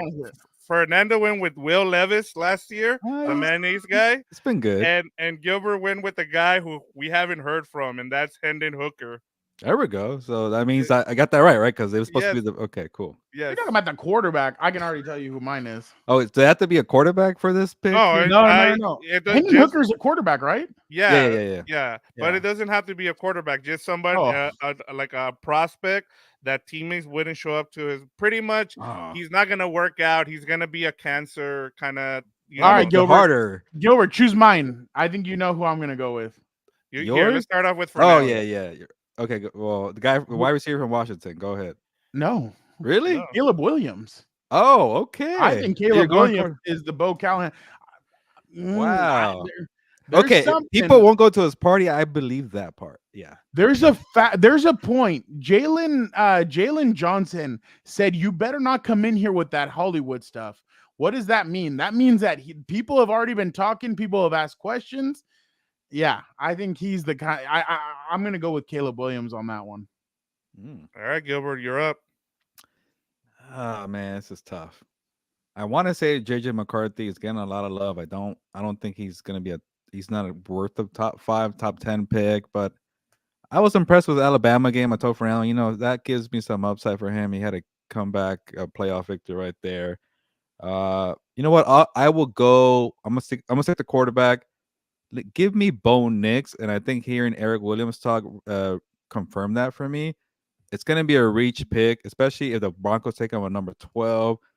I'm up and down about the 6-year quarterback. Like obviously we see Brock Purdy. He's a president for the around teams. Yeah, so that stuff kind of concerns me. Like Brock Purdy is a president for the 5th-year guys. Okay, you can make it work, but like there's no high ceiling. There's no upside, and you won't have a Brock Purdy situation when you come into a star-studded cast with a good coaching staff. So if Bo Nix goes to the Broncos, it might not do well. He might be, a backup quarterback for a long time, but I just don't see first-round potential. I don't see franchise quarterback. I'm not saying I'm a college football expert, but going from Auburn to Oregon, I think I saw a video where I think Justin Herbert and Bo Nix played in college. That tells you how long he's been in college. So they're almost around the same age too. So those are red flags for me, and someone's going to reach for him, and it might suck for the guy because he needs to be in a better system. And if it's the Broncos, and who are you going to throw to? Fades to Cortland Sutton, who they might even trade because they don't have any assets besides him and Patrick Surtain II. So Bo Nix, I hate to do it to the guy, but he's going to be my Bo Callahan. I don't know if he's a good person or not, so about the party stuff, but in terms of being maybe a potential reach pick, I would go with him. Moy wants Justin Herbert with Kelsey Plum. They can have their dog. Oh, Where does she man. have their dogs? I don't know if he could handle all that though. Yeah. So Oh, why? Because you want to be the one to try? I mean, hey, I'll tell you what though, those kids would be generational talents right Oh, there yeah. if they had kids. Yeah, But Jesse said Caleb Williams 100%. By the way, Yeah. go ahead, Vic. no, I can go on to the next question. Okay, just real quick. Let me get this out because we have talked about it. Albert Breer of the MMQB on Arizona with the number 4 pick. I would start with Arizona at number 4. They've had 4 teams interested in that pick, and I know that general manager Monty Austinfort has told those teams, I am not trading the pick until I'm on the clock. Wow. Yep. That Better makes wait. sense. Make them desperate. That is going to be, bro, I'm telling you, that's where the draft really starts. Like everybody's saying that the draft starts at number 1. No, hell no. The draft starts there with y'all are wild. Yeah, Yeah. I don't know. At a beach in San Diego, they won't You make it happen, Fernando. I'm just saying, like, if anybody knows her, let her know. All right, but my bad. Go ahead, Vic. Since you brought up the GM there for the Arizona, I kind of asked the question while you guys were doing the interview with Eric Williams, and this has to do just with all the teams in the NFL right now. Which GM has the most at stake in this year's NFL draft? I'm gonna go with Patton. You don't have a quarterback. You just got the Miles City MILF Hunter. You only have Cortland Sutton left.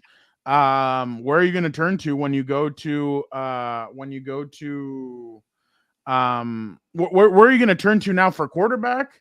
And then the other thing is, if we're being completely honest, what are you going to do with Patrick Surtain? They just picked up his 5th-year option. But let's be honest, like if you're Pat Surtain, do you really want to stay there? It looks like it's a rebuild. You're all pro top 2 corner, and I don't think you're number 2 corner in the NFL. I think you're a generational talent for sure.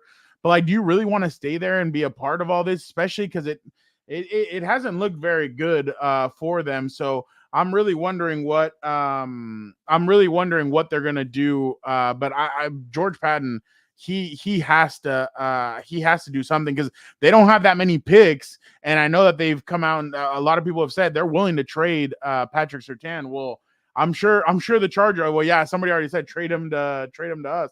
I'm sure the Chargers wouldn't mind giving up the 5th pick for Patrick Surtain and their 13th overall pick and maybe a 3rd rounder. But yeah, I just think that Patton. I didn't think Patton should have survived I thought he should have gotten fired with what's his name, with Nathaniel Hackett. Nathaniel Hackett. Thank you. I thought he should have gotten fired with him. He didn't. He's still there.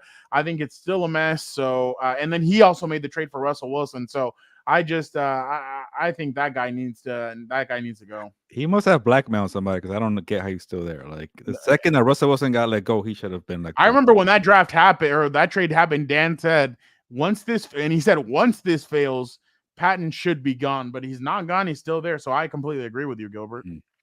All right, for me, I'm gonna go with the New York Jets GM Joe Douglas. What have you really done? I get you got Sauce Gardner and you got Garrett Wilson, but outside of that, you got a couple good picks. You haven't done much. You haven't really won anything there. But New York, I can't remember the last time I went to the playoffs. Was Mark Sanchez years, right? Maybe around that time.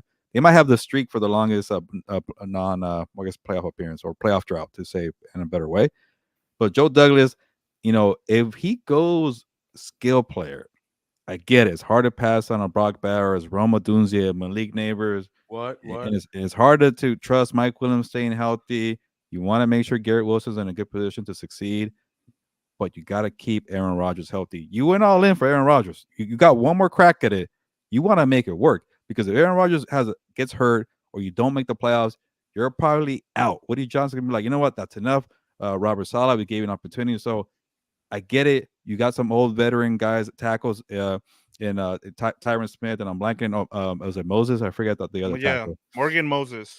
So they're older, and they're like a hit or an injury away from crumbling your offensive line. And I like what Eric said earlier when he mentioned a cornerback for the Rams. They spent a bunch of money on cornerbacks. You got to get younger. You got to have insurance. You need depth in the NFL. You need depth in the trenches. Tre'Davious White hasn't made it through a season in how many years? So people are kind of, you know what, forget about that. No, you can't forget. You can't focus on name. You can't focus on the past. It's all about building, building blocks, I guess, to go off of that. So get a tackle, get a guard. It's a loaded draft class for offensive linemen. Protect yourself. You never know. Maybe the guy has to play guard for a bit, but when the injury happens, move him over to tackle. If they're going to be a first round pick, they better learn how to play guard on the spot or tackle. People get caught up in positions and things like that, and just get somebody to protect your guy in case of emergency, because that happened. And how many seconds? 12 seconds into the NFL season last year for Aaron Rodgers. Play, yeah. And the other underrated thing, we've talked about it. Fernando has talked about it. The field at MetLife. I mean, I don't understand why people aren't talking about that. Like, eventually it's going to become grass there, but we've seen the injuries, and you have to bring in young players, and you're relying to play Tyron Smith, Morgan Moses with older guys on that turf. Good luck. And so I totally agree. And then with Fernando too, I mean, the Broncos are on the clock too with, their GM as well. I mean, eventually, we've talked about this, but Payne's, legacy is on the line, and he's not going to be the one that takes the fall. I think it'll be Patton if it's, if he doesn't get this draft right. Oh, so Sean Payton has 4 years left on his contract? Yes, exactly. Yeah, and he's making way too much money. But remember, Chargers fans, you guys wanted that guy. You wanted the Chargers to trade for him, and now that was the funniest part. That I remember a lot of us preach patience to fans, and no, we should get Sean Payton. But I mean, yeah, same thing with the Cowboys. Everybody thought he was going to get the Cowboys job, and I mean, he probably should have waited. But at the same time, I'm sure Charger fans are happy that that didn't happen. All right, last one for me, guys, is what team with a veteran quarterback will trade back into the first round to draft a developmental quarterback like we've seen the Packers do? Oh. So I'm going first now? Yes. Is there a developmental quarterback, I guess? Because I mean, there's a team in LA that might want to start looking for one. It's just I don't know. I feel like if you go Bo Nix, Michael Penix Jr., what are you waiting for? These guys they're 30-year-olds, man. Like, they could play right now. You're not like, you get what you get. They're 30-year-olds. And then with McCarthy, the team that drafts them top 5, top 10, he's gonna play right away. I feel like JJ McCarthy should be the one to develop, wait a year, but if you pick him in the number 10, top 10, he's not gonna wait. So it's a tough one. There's not like a Jordan Love in this draft class, or even like a Jalen Hurts. So somebody has a lot of upside, but you make sure you wait on, because it's such an antsy league. But just to give you an answer, it's got to be JJ McCarthy for me. He didn't play much, or he did play. He won the national championship. No, I meant he wasn't used enough. What team is going to trade up? Like, what team will trade or draft? I'm getting too technical, so it will be the Vikings, and the one player I see that needs to develop. And maybe they got Sam Darnold for that reason, to make sure, you know what, you got to be the bridge. JJ, we like the upside, but that guy's not ready to play. He's Jordan Love. You got to make sure, you got to build that skill set, because he's an unknown guy. In a way, that's really helping him out. And being 21 years old, throwing 10 passes per game, handing off 40 times per game, you just don't know with the guy. Alabama game, though, that really impressed me. Maybe impressed the Vikings guys. They got a good system. I think we talked about Fernando, Kevin O'Connell, good coaching staff. You got 2 wide receivers in Jefferson and Jordan Addison. You got Hawkinson. So I think they could afford the wait. If like their jobs are not on the line with Kevin O'Connell and Kwesi, the GM, I say you go and you wait out with JJ McCarthy. Yeah, and I'll just say this. I think Giants. Before you go, Fernando, one of the things that I've heard a lot, and it's starting to make sense for me as why the JJ McCarthy hype has been big. It's because everybody is looking now for the next Mr. Irrelevant. They want that guy that can run that 49ers offense. Yeah. And JJ McCarthy is that type of player, and that's why he's risen. So now you've gone from with Minnesota, it makes sense with all those weapons. Exactly. So that's why it makes sense for you. All right, Fernando, go ahead. I'm gonna go with the Giants. The Giants, I know that the regime now, they didn't draft Daniel Jones, but I know that they still paid him, and they can get out after this year. Why not bring in a quarterback to develop? Keep him far away from Daniel Jones, though. Let him do his own thing, develop him, and then bring him in. But they brought in a backup. That should start. Yeah. Sorry. Yeah. No, I completely agree. But was it Drew Lock? That's Drew Lock. That Yeah. was that. Yeah, exactly. The- That was big. That was fun. I completely forgot that we did that last year, so that was good to jump on that. But folks, all right, Jorge, this is the moment you've been waiting for. I hope you are excited because He already left. Here he is.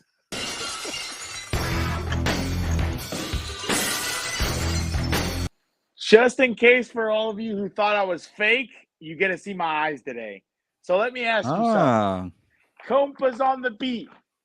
What do you want to talk about, dude? I don't even know who you are. Where's the glasses? I know, hat? right? I almost feel weird, dude. I feel a little bit weird. I'm still over here at the coach's office and everything else. Let me take. I thought it was By supposed the to be way- a secret where you work, but you're wearing I all know. the gear. I know. Well, that's why you caught me here. Look, I even got my whistle still.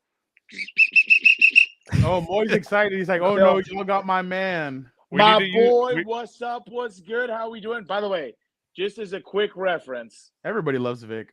just as a quick reference, my opinions and Athir loves him the most. My opinions do not reflect that of my employers. Just as an FYI. What is the? While you're in the classroom. No, coach's office guy. A little. Oh, sorry. Tear up. There's like 4 TVs in here, my guy.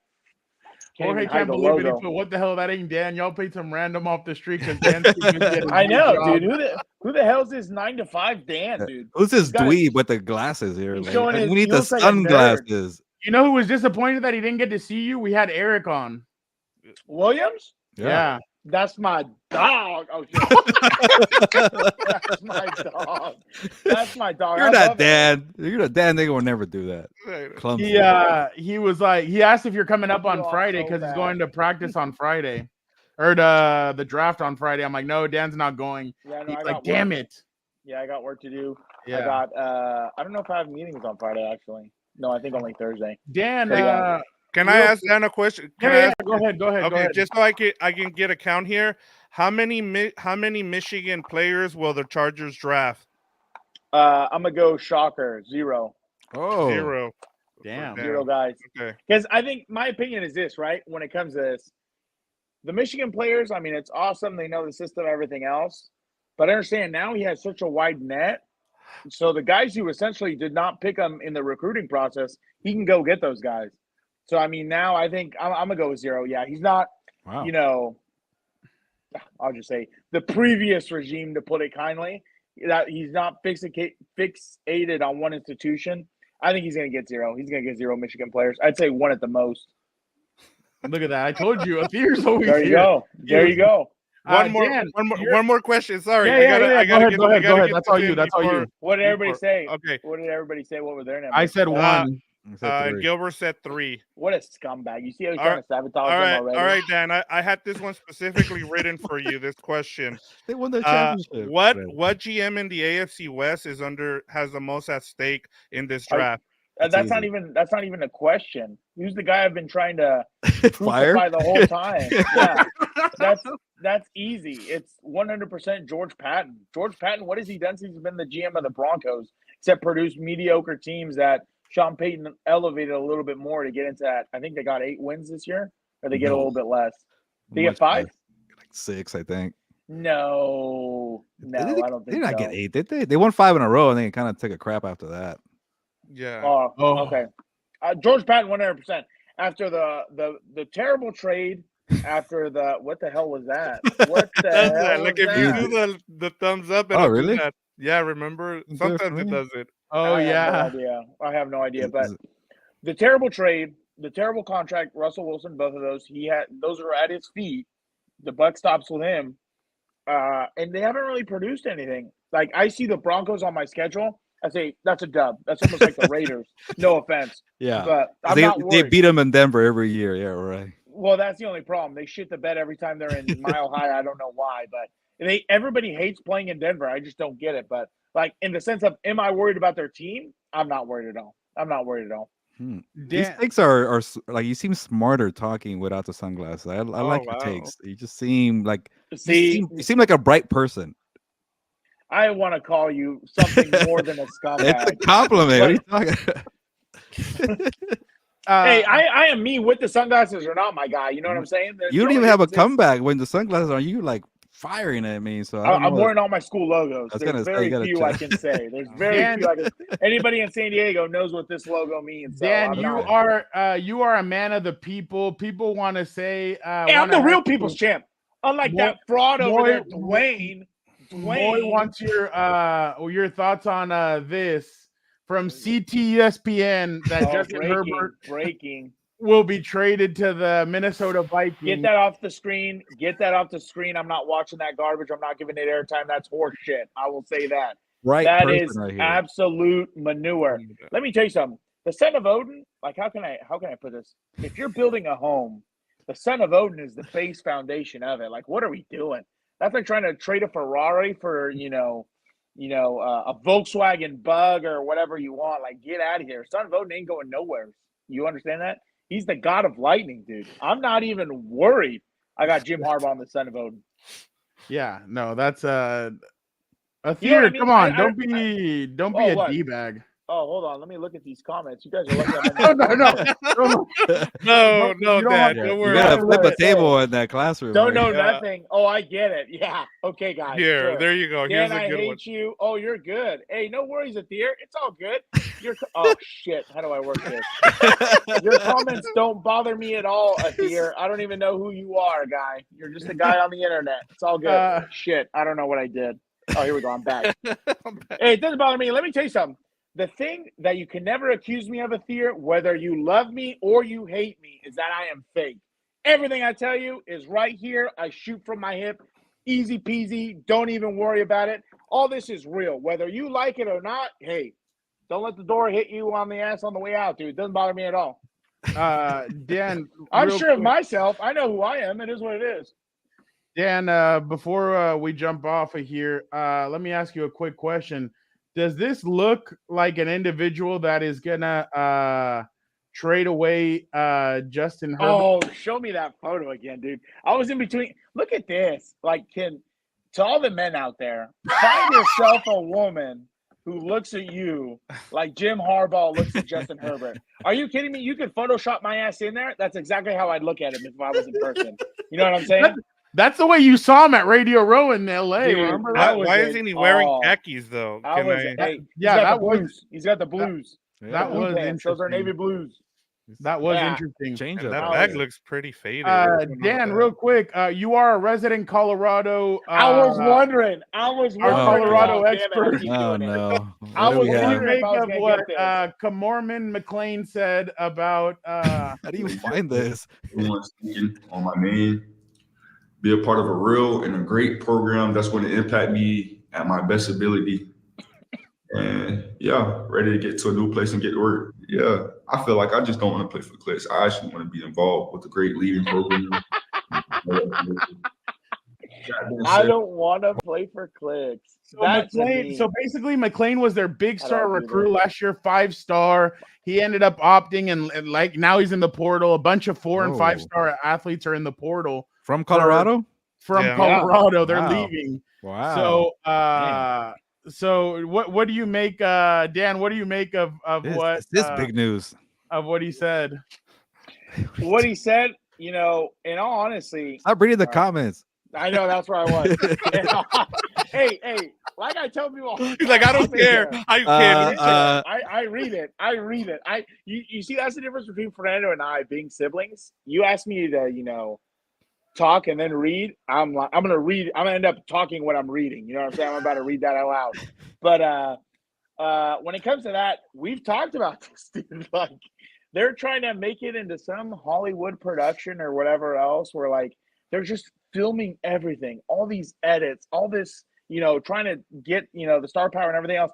I understand that's awesome for recruiting. Some recruit sees it like, oh, Coach Prime going in on him. Oh, that's awesome. Coach Prime this and the team that, but when you're there, it's a completely different thing, dude, because what if he's telling me clicks and stuff like that, maybe Dion isn't the guy who he presents himself on screen and everything else. Maybe the program doesn't, just because the glasses are off doesn't mean I change up. Maybe the program doesn't stand for what he says it stands.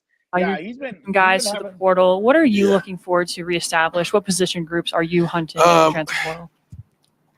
I wish you guys do a little more homework when you start talking about the portal. and understand what we losing. What are we losing? I got time today. Wow. Does he think he's in a team meeting? Who is this? What are we losing? What the hell is he's in a room full of reporters, right? Potential. Yeah. Where? Tight end, running back. You haven't been watching practice, huh? Amen. So basically, See- you took a shot at all the players that are leaving.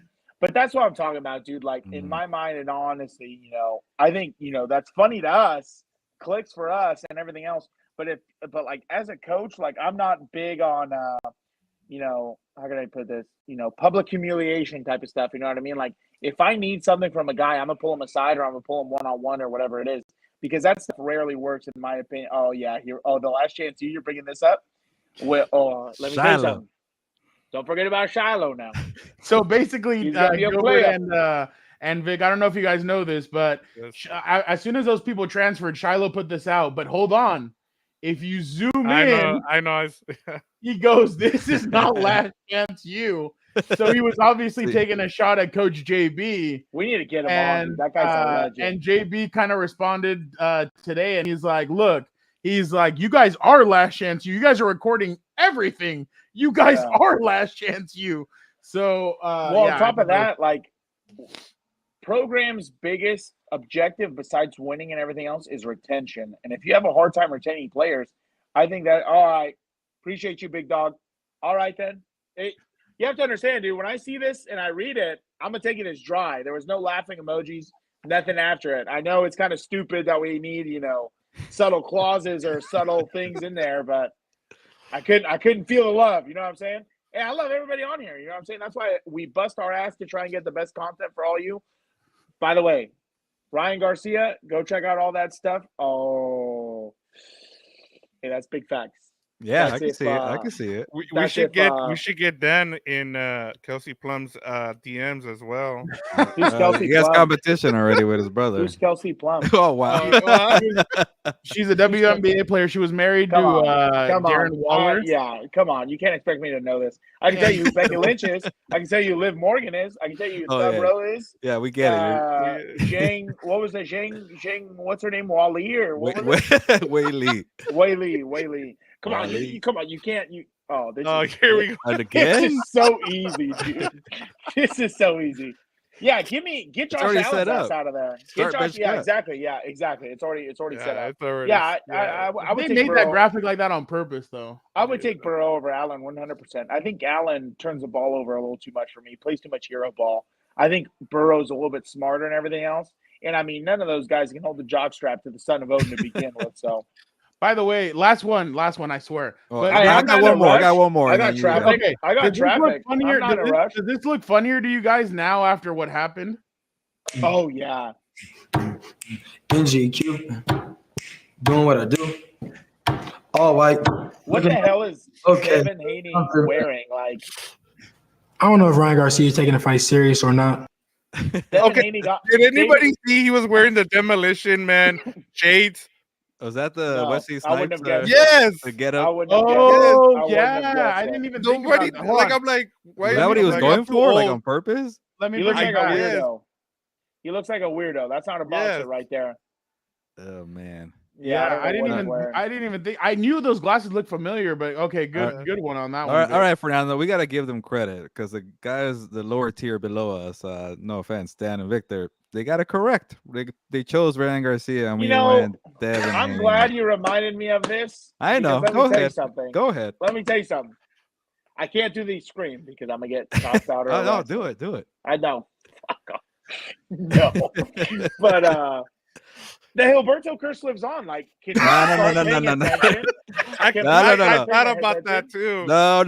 Let's look at the history. Pick your wins and losses. I chose Alex Pereira a week ago. You got Jamal Hill, so get out of here. We're 1-1. All right. What are you talking about? You're gonna not pick the guy who came on the show, the program? Is that what we do here? Just pick our friends, I guess. 100%. You so get this right. Oh, but Dan, you got screwed by that referee. He did. He had a TKO. I did. But he would have had a TKO in the first, in the fifth, and then in the seventh. I had buddies all week text me. Some of them saw me here oh, there's your boy Ryan Garcia after he did his, Bohemian Grove stuff and talking about the kids and all that other stuff. And they started texting me doing all this stuff. I'm like, yeah, he's my guy. He's been on the show twice. Yeah. What do you want me to say? We're friends. No shit. Yeah, that's my dude. You know what I'm saying? Like, I'm a ride for Ryan Garcia. Two-time So much he's guest. done for the program. Yeah, we got to get him on the Three. The trifecta. We got to get No, him. we've had him on 3 times. I thought it No, was two. twice. No, 3 times. What's the third? No, twice, bro. I remember the one where he Twice. had just gotten out of bed, and then COVID, the one the one in the Super Bowl, yeah. Yeah, No, this true. twice. Trust me, I would Twice? remember. Yeah, you're Oh, counting twice. the one where he Twice. shoved Devin Haney and recorded that. I'll take that one too. That was one. No, big that one is of these. that is- Dan, yeah. Dan, you're about to be an even bigger fan of No, him. these dudes are whack. So bro. what's I your don't problem care with how much- Logan and KSI? What's your issue They're with those guys? leechers, man. They're just they don't stand for nothing, bro. They're That's puppets. big facts. I don't like people like that. That's big facts. Dude, I'm about to be a Ryan Garcia guy. Does he sell merch? I might. By the way, I bought some WWE merch. I'm about to have a surprise for you when it gets in here for next episode, dude. Oh wow! And I'm gonna freaking get It's gonna after be your ass. John Cena gear or what? Oh my god, I'm not an idiot. that's No the- offense to anybody the out there. armbands? John Cena's. Oh, did I tell you? I wanted to get that for Fernando for What the hell Halloween. is this? Is that Nick Hardwick? Oh, it is. With Why is Nick Justin Hardwick? Herbert. Look, my ball, Why? Easton Stick Why? there. Why is he Don't still even on get me the started. team? Don't even get me started. That guy. Oh, can't Nick do Hardwick that. is the assistant. That man was talking lost about by Stick. He 50 was talking points about and still Stick. in the roster. I love it. Assistant know. offensive. Oh wait. Oh, you're talking about Stick, Easton Stick. My bad. Why is he still on the team? I was going to tell you. I was going back at it, right? Yeah, I'm a Ryan Garcia guy, 100%, especially after that. Yeah, I can't stand Logan Paul and the other idiot either. But, oof. We get into some dangerous topics. We blow up the internet. Because, unlike them, anything you wanted to talk about is controversial. Oh, I'd pull it out. What do you mean? What are you talking about? Here's I a don't big care if it's a question. conspiracy. You think we could get him on a third time now that he's gotten bigger and more 100%. popular? I think so. Yeah, Okay, yeah. all right, He all knows us. Yeah, that's our guy, dude. And I'll tell him, hey, some, asshat know nothing on the program Okay. picked against you. There's Guess two who did asshats. that know too? nothing. There's The two. two hosts. Guess who did it? But let me tell My you brother something. would So, not throw me so under you the guys got to bus. interview him never- next time. Dan and Victor have to interview them because we I would lost. never throw him under the bus. Shit, I can't point. Yeah. Did you guys see that it wasn't beer that he was drinking? That Yeah, it was it was apple apple juice? cider. Yeah, And either apple- way, Yeah. dude's a dog. Like Yeah. let's just improve and let's keep going, dude. Let's ride it. Content gold. I'll give him Let's that. ride We it. got a lot of subscribers because of Ryan Garcia. We'll give him But the credit. thing is like he knows how to sell fights. He's trying to pull a Connor, dude, and it's working. He should have just needs to gotten keep winning. a He needs to bigger keep bag winning. because him and Bill Haney were the ones that sold this fight. Yeah. Yeah. It was him and Bill were the ones Dude, selling this. So it was funny. I Uh, saw a piece of the fight. I didn't know Bill Cheney was his trainer. So when I see a guy with like purple shades in the ring talking to him, I'm like, what the hell is this, dude? That's Oh why my they're He giving might be a him new trainer now, actually. Yeah, probably. Gilbert, Athir is asking you if you think that the Chargers trade with Minnesota or stay pat. I say they do trade, but to end the show here, I want to hear Dan. Dan, this is your final time you can make a prediction. What do the Chargers do at number 5 or they trade back? I'm gonna go with they're gonna stay at 5. Everyone's always said trade back. Let me be the opposite. Let me Who are be they a taking? dog. Let me be an innovator. Let me be a maverick. Let me stand on Ramirez Island. Let me be on the island of relevancy because there's only one, and everyone else is a freaking 2. All Who are right. they taking, though? Who are they Who are taking? they taking? Or is it? No. Put that horse shit down. We're not doing that here, dude. You respect the tribal chief. Let me tell you something. Who are they taking? Before I get on my other tangent. Who are they taking? I'm going to go with Arizona. Oh, I can't say a curse word. Hold on. Arizona messes it up. Let's keep it clean. Kid show. Arizona messes it up. I think they're going to trade out or do something else, maybe, or get somebody else. I'll say they just get Marvin Harrison Jr. or Malik Neighbors, whoever. I'm not worried about it. I got Jim What's his Harbaugh, name? son of a Malik Neighbors. Malik Malik Oh, Neighbors. wait. dude. Hold on. What's the quarterback of Shadur. You see, I'm even showing you how to enunciate it. Shadur Sanders. Bro, And his brother? Shiloh. Don't forget about Shiloh now. All right. He's a forgotten child. I didn't even know they had a daughter. Their daughter's also transferring out. I mean, There's a reason why you don't remember, but I'm Yeah, not gonna did say you know it, this, but- Gilbert? I had He no has idea. a daughter that. How does was a daughter playing- transfer out? Yeah, He's a she basketball transferred out of player. Colorado. Yeah. Look at him. Oh, Look at okay. him. Look at him. Look at him. Yeah. The whole What an family is idiot. talented. What an idiot. So I was gonna say, hey, in case you're wondering, Dion Jr., very talented. He has his own media company and he does all this stuff and everything else. Only records his dad in the team, but he's on there. He's doing stuff. You know what I'm saying? He's little year of the Nepo. But By the way, let's look at the history, shall we? Gilberto Get out of here. picked Devin Haney, took a fat L. Okay. He bought a tribal chief shirt, and our tribal chief paid the price, of course. It wasn't for me. It doesn't matter. You purchased it. Your money went in there. Okay. Boom, boom, The boom. curse Everything went was- transaction or the curse. Yeah. You're lucky I can't go further. I mean, look at the Charger season. Look I at don't the know. Rams season. I You mean, just pick and choose when you want, and when I pick Alex Pereira, right? You don't even give me credit, but whatever. that was the favorite. You pick favorites. That's what you like to do. Devin Haney was a favorite, and I got it wrong. What are you talking about? didn't he pick the Bills against the Chiefs? No, the No, wait, Ravens. no. The Ravens. Damn you Oh, I for did, that. I That's did. right. Then he picked. Didn't he pick the other team in the Super Bowl? Who they play? Oh, Yeah, the He was the Niners. only one that picked the Bastard. I think No, I Bastard. picked the Pick the Chiefs 49ers. also. Bastard. By the way, look at this. This device will save your life. In China, they invented an No automatic thanks. I'm good. No, hold on. Look at the Don't want top it. thing, though. sides, creating a vacuum. Oh, It says, Oh, "Please wow. use device of the 49ers." So they don't See? joke at the sideline. In It the wasn't next me. one. Yeah. oh, I can't even see. More it. like So small. to Oh, hold on. Kyle Shanahan. What the hell is that? I don't It's trust it. For them, it'll. Never mind. I'm not gonna get into it. You guys are trying to get me in trouble. You All guys right, are trying to let's get go. me in Let's go trouble. on that note. All Let's right. go. The show's only begun, dude. I've been here an hour and a half. We just got here, right? Oh. Forgive me that I was Oh, working.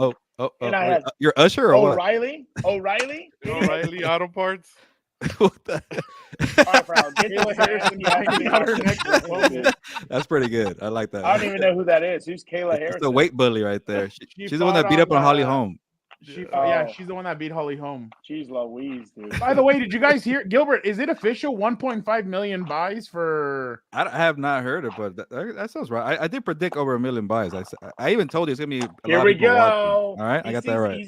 He sees the after action report and then he says, Oh, I okay, predicted yeah, a yeah, million that's my fault. buys. No big deal. I told them over 1 million. I said that, All right. which is hard let's do it. nowadays. With all What this advice would you give illegal Garcia, streaming. Dan? I think, what I would tell him, Nancy, in my opinion, how can I put this? Be You a gotta heel. watch his words. Be a heel. Embrace it. That's what I'm going to tell him. Be a freaking heel. Embrace it. Mock the town you're in. Mock their grandmothers, their mothers, everybody. Be a heel. Sell the fight. So be like The Rock, the final boss. Okay, we Who's got. that guy? Dwayne? I don't know. I don't know who that guy is. But the only thing I'm going to tell him that I would tell him, you got to, I think Farrell brought up a good point on Monday, or it was Hilbert, I don't remember who. You have to put the work into it to improve and make sure you're a world champion. Like, if he was serious about, I think he was just kidding and trolling, like you said, but if he was serious about going out, drinking, and everything else in his, camp, then that's unacceptable, dude. Like, that's not the mark of a champion. That's not, a fighter. A fighter is known for training and chasing. That's what you got to do the whole time. You got to be focused. Like, if you're not making weight because you're being a dumbass, like, you can't have that. Because essentially, if I remember correctly, if he would have made weight, he would have won the championship, right? Yep. Or it would have been a title fight. Yeah. You see what I'm Correct. saying? Now you just lost a great opportunity because you weren't disciplined enough. By So the way, that's the only thing I would tell Fernando, him. this is how kooky boxing is. The rules, in most cases, if you're the champion and you lose to a guy who's overweight, the belt's vacant. But all of a sudden, the WBC is saying, actually, Devin Haney is still our champion. What the hell? When did this become a rule? So apparently, Devin Haney got beat the crap out of, and he's still the champion. So I don't know. Boxing, I tried, tell you it's vacant. I was wrong, apparently. So I wanted to make that clear. Our compa Chad Ochocinco. Oh. Yep. Damn. There you go. It buffers. It's because Yeah, I did. Alberto kept talking about it. Oh, sorry. But you see what I'm saying? Like, who I kind of like that I've kind of found recently, although he was OG UFC, the Shael. Oh, Somner. Chael Sonnen. Yeah. The bad guy. Dude, his clips are hilarious. And like, He's the in my original Conor opinion- McGregor. People forget about Exactly. But And- American wise. And in my opinion, like, that's who you got to be. You know what I mean? You got to be. But he, if I remember right, oh, here we go. All right, cool. Before you answer that, hold on. Before you answer that, I'm still in my prime. Go ahead. Disrespect. No disrespect. Look, it's easy for real, man. Easy? Easy. Just get hands on him. I say that's He the wasn't problem. strong. Everybody say that. He wasn't strong like what? that. He wasn't strong like that. He wasn't trying to block for No, I real. wasn't physically imposing at all, but it's one thing couldn't nobody do with me. See these things down here? See that? Dance? Hey. Take him to the dance. What? Take him to the dance. Off the right off the line. I don't even see you. I'm not saying I'm Ray Charles, but I don't see him. That's crazy, dude. I don't Pretty get where these young bucks get off. You know, they forget that Chad Ochocinco, for instance, played the NFL when men still played in the NFL, like taking heads off over the middle. Remember when he safeties tried to having hit Ray free Lewis? lanes. When he tried to block him? You guys remember that or no? Of course I do. That's Okay. on Ray Lewis's highlight tape. I remember that. But that's what I'm saying. Like that's why I don't understand. Like Sauce talking trash, really? Like you're playing in an NFL that's soft. You know what I mean? Like who's the best receiver has to go up against? Jamar Chase and some of these fools?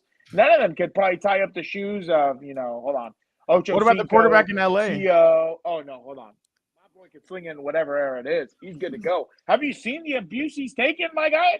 I've been pounding on this table to get him more help and protect him at all costs, but Dan, we appreciate you being able to jump on because I know it was a last minute thing. I texted you. I was like, hey, Gilbert really wants to see you. Yeah. Can you jump you on? see what I'm saying?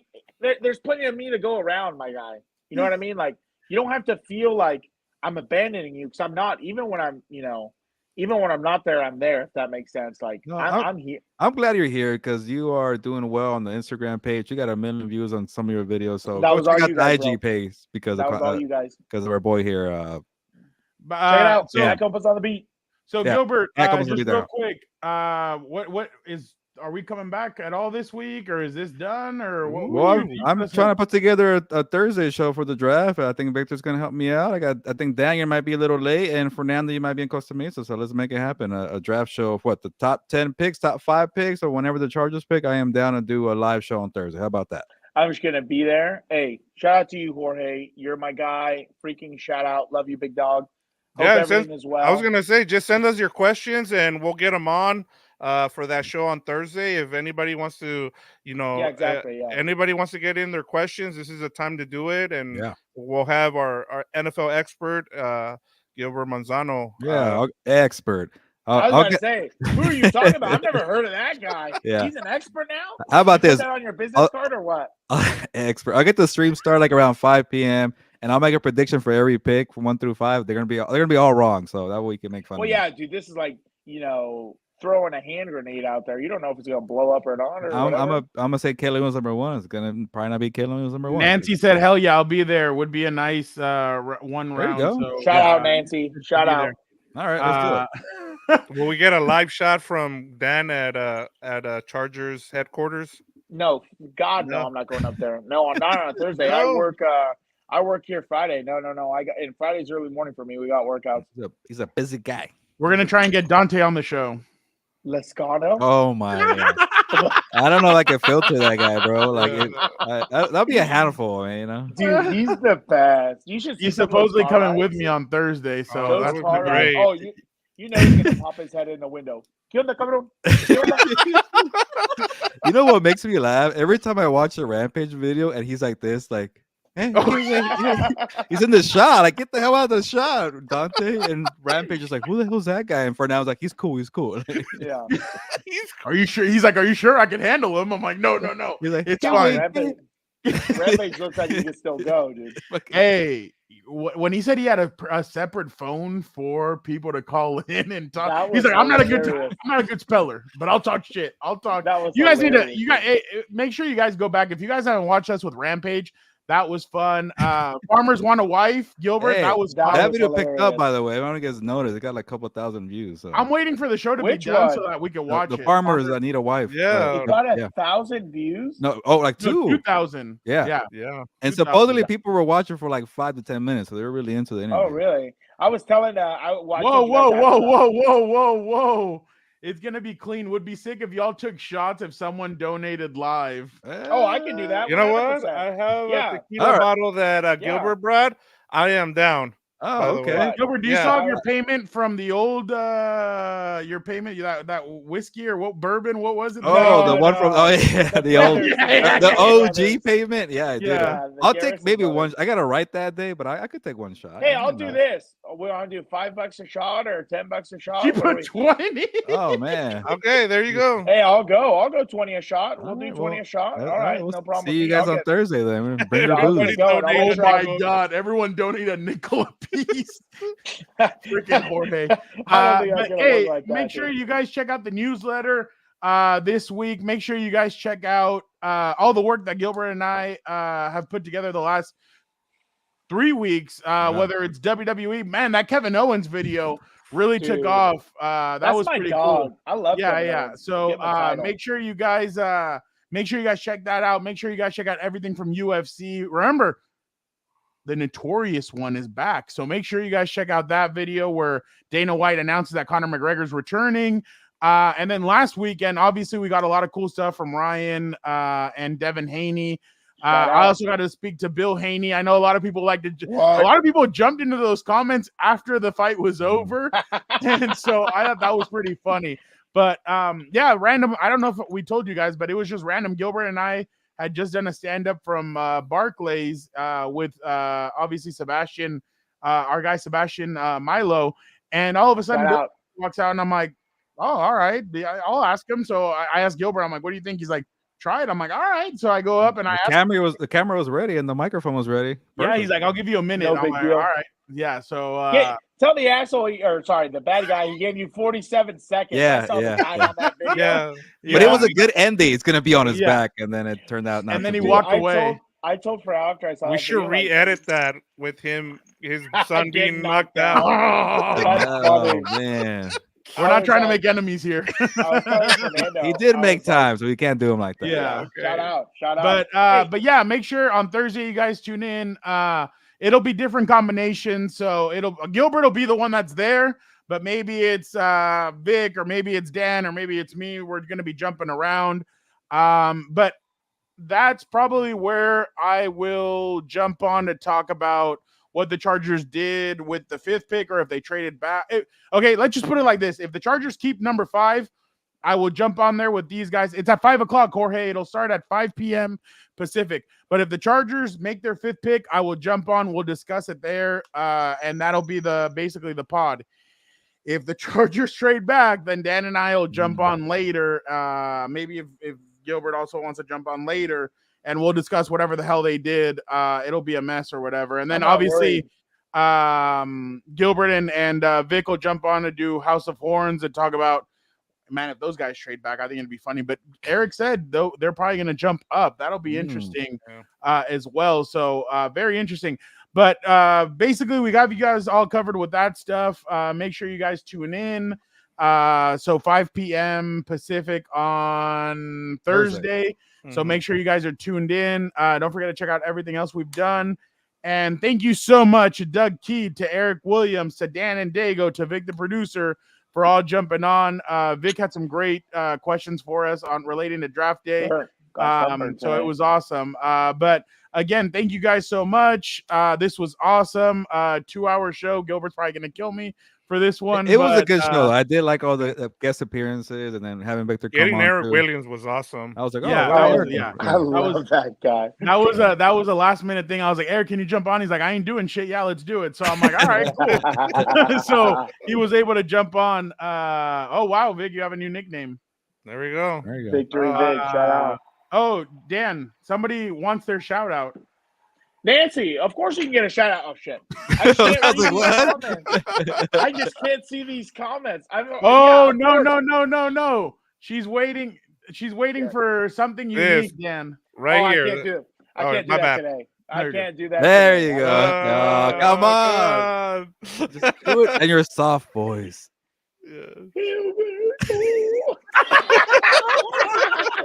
We got a new drop. They're gonna think I'm killing someone in here if I start So screaming this. make sure you guys tune in again.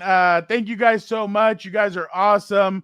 Jorge, Nancy, I saw Delbert, Dennis, Athir, GS, Dan, Moy, what's it? What? How do you say the thing? Show again? it up. I need to see. I need to read this. Show it up. I need to read this. Yeah. Hold on. Show it up. Yeah. Signor vive moi. I don't know. Signor Yeah, there you vive moi? go. I don't know. All 3 you years of guys, French. thank you guys so much for jumping High on. school. Don't forget, we will. Nancy loved it. So make Shout sure you out. guys tune in on Thursday. Again, thank you guys so much. But Gilbert, for the time being, sabes que vámonos. Yeah, on that note, again, thank you for everybody jumping on the live. We'll see you on Thursday. This is actually a pretty fun show. Normally, I do get mad Fernando when it's 2 hours, but hey, today was worth it. But on that note, ya nos vamos, pues, vámonos. Be a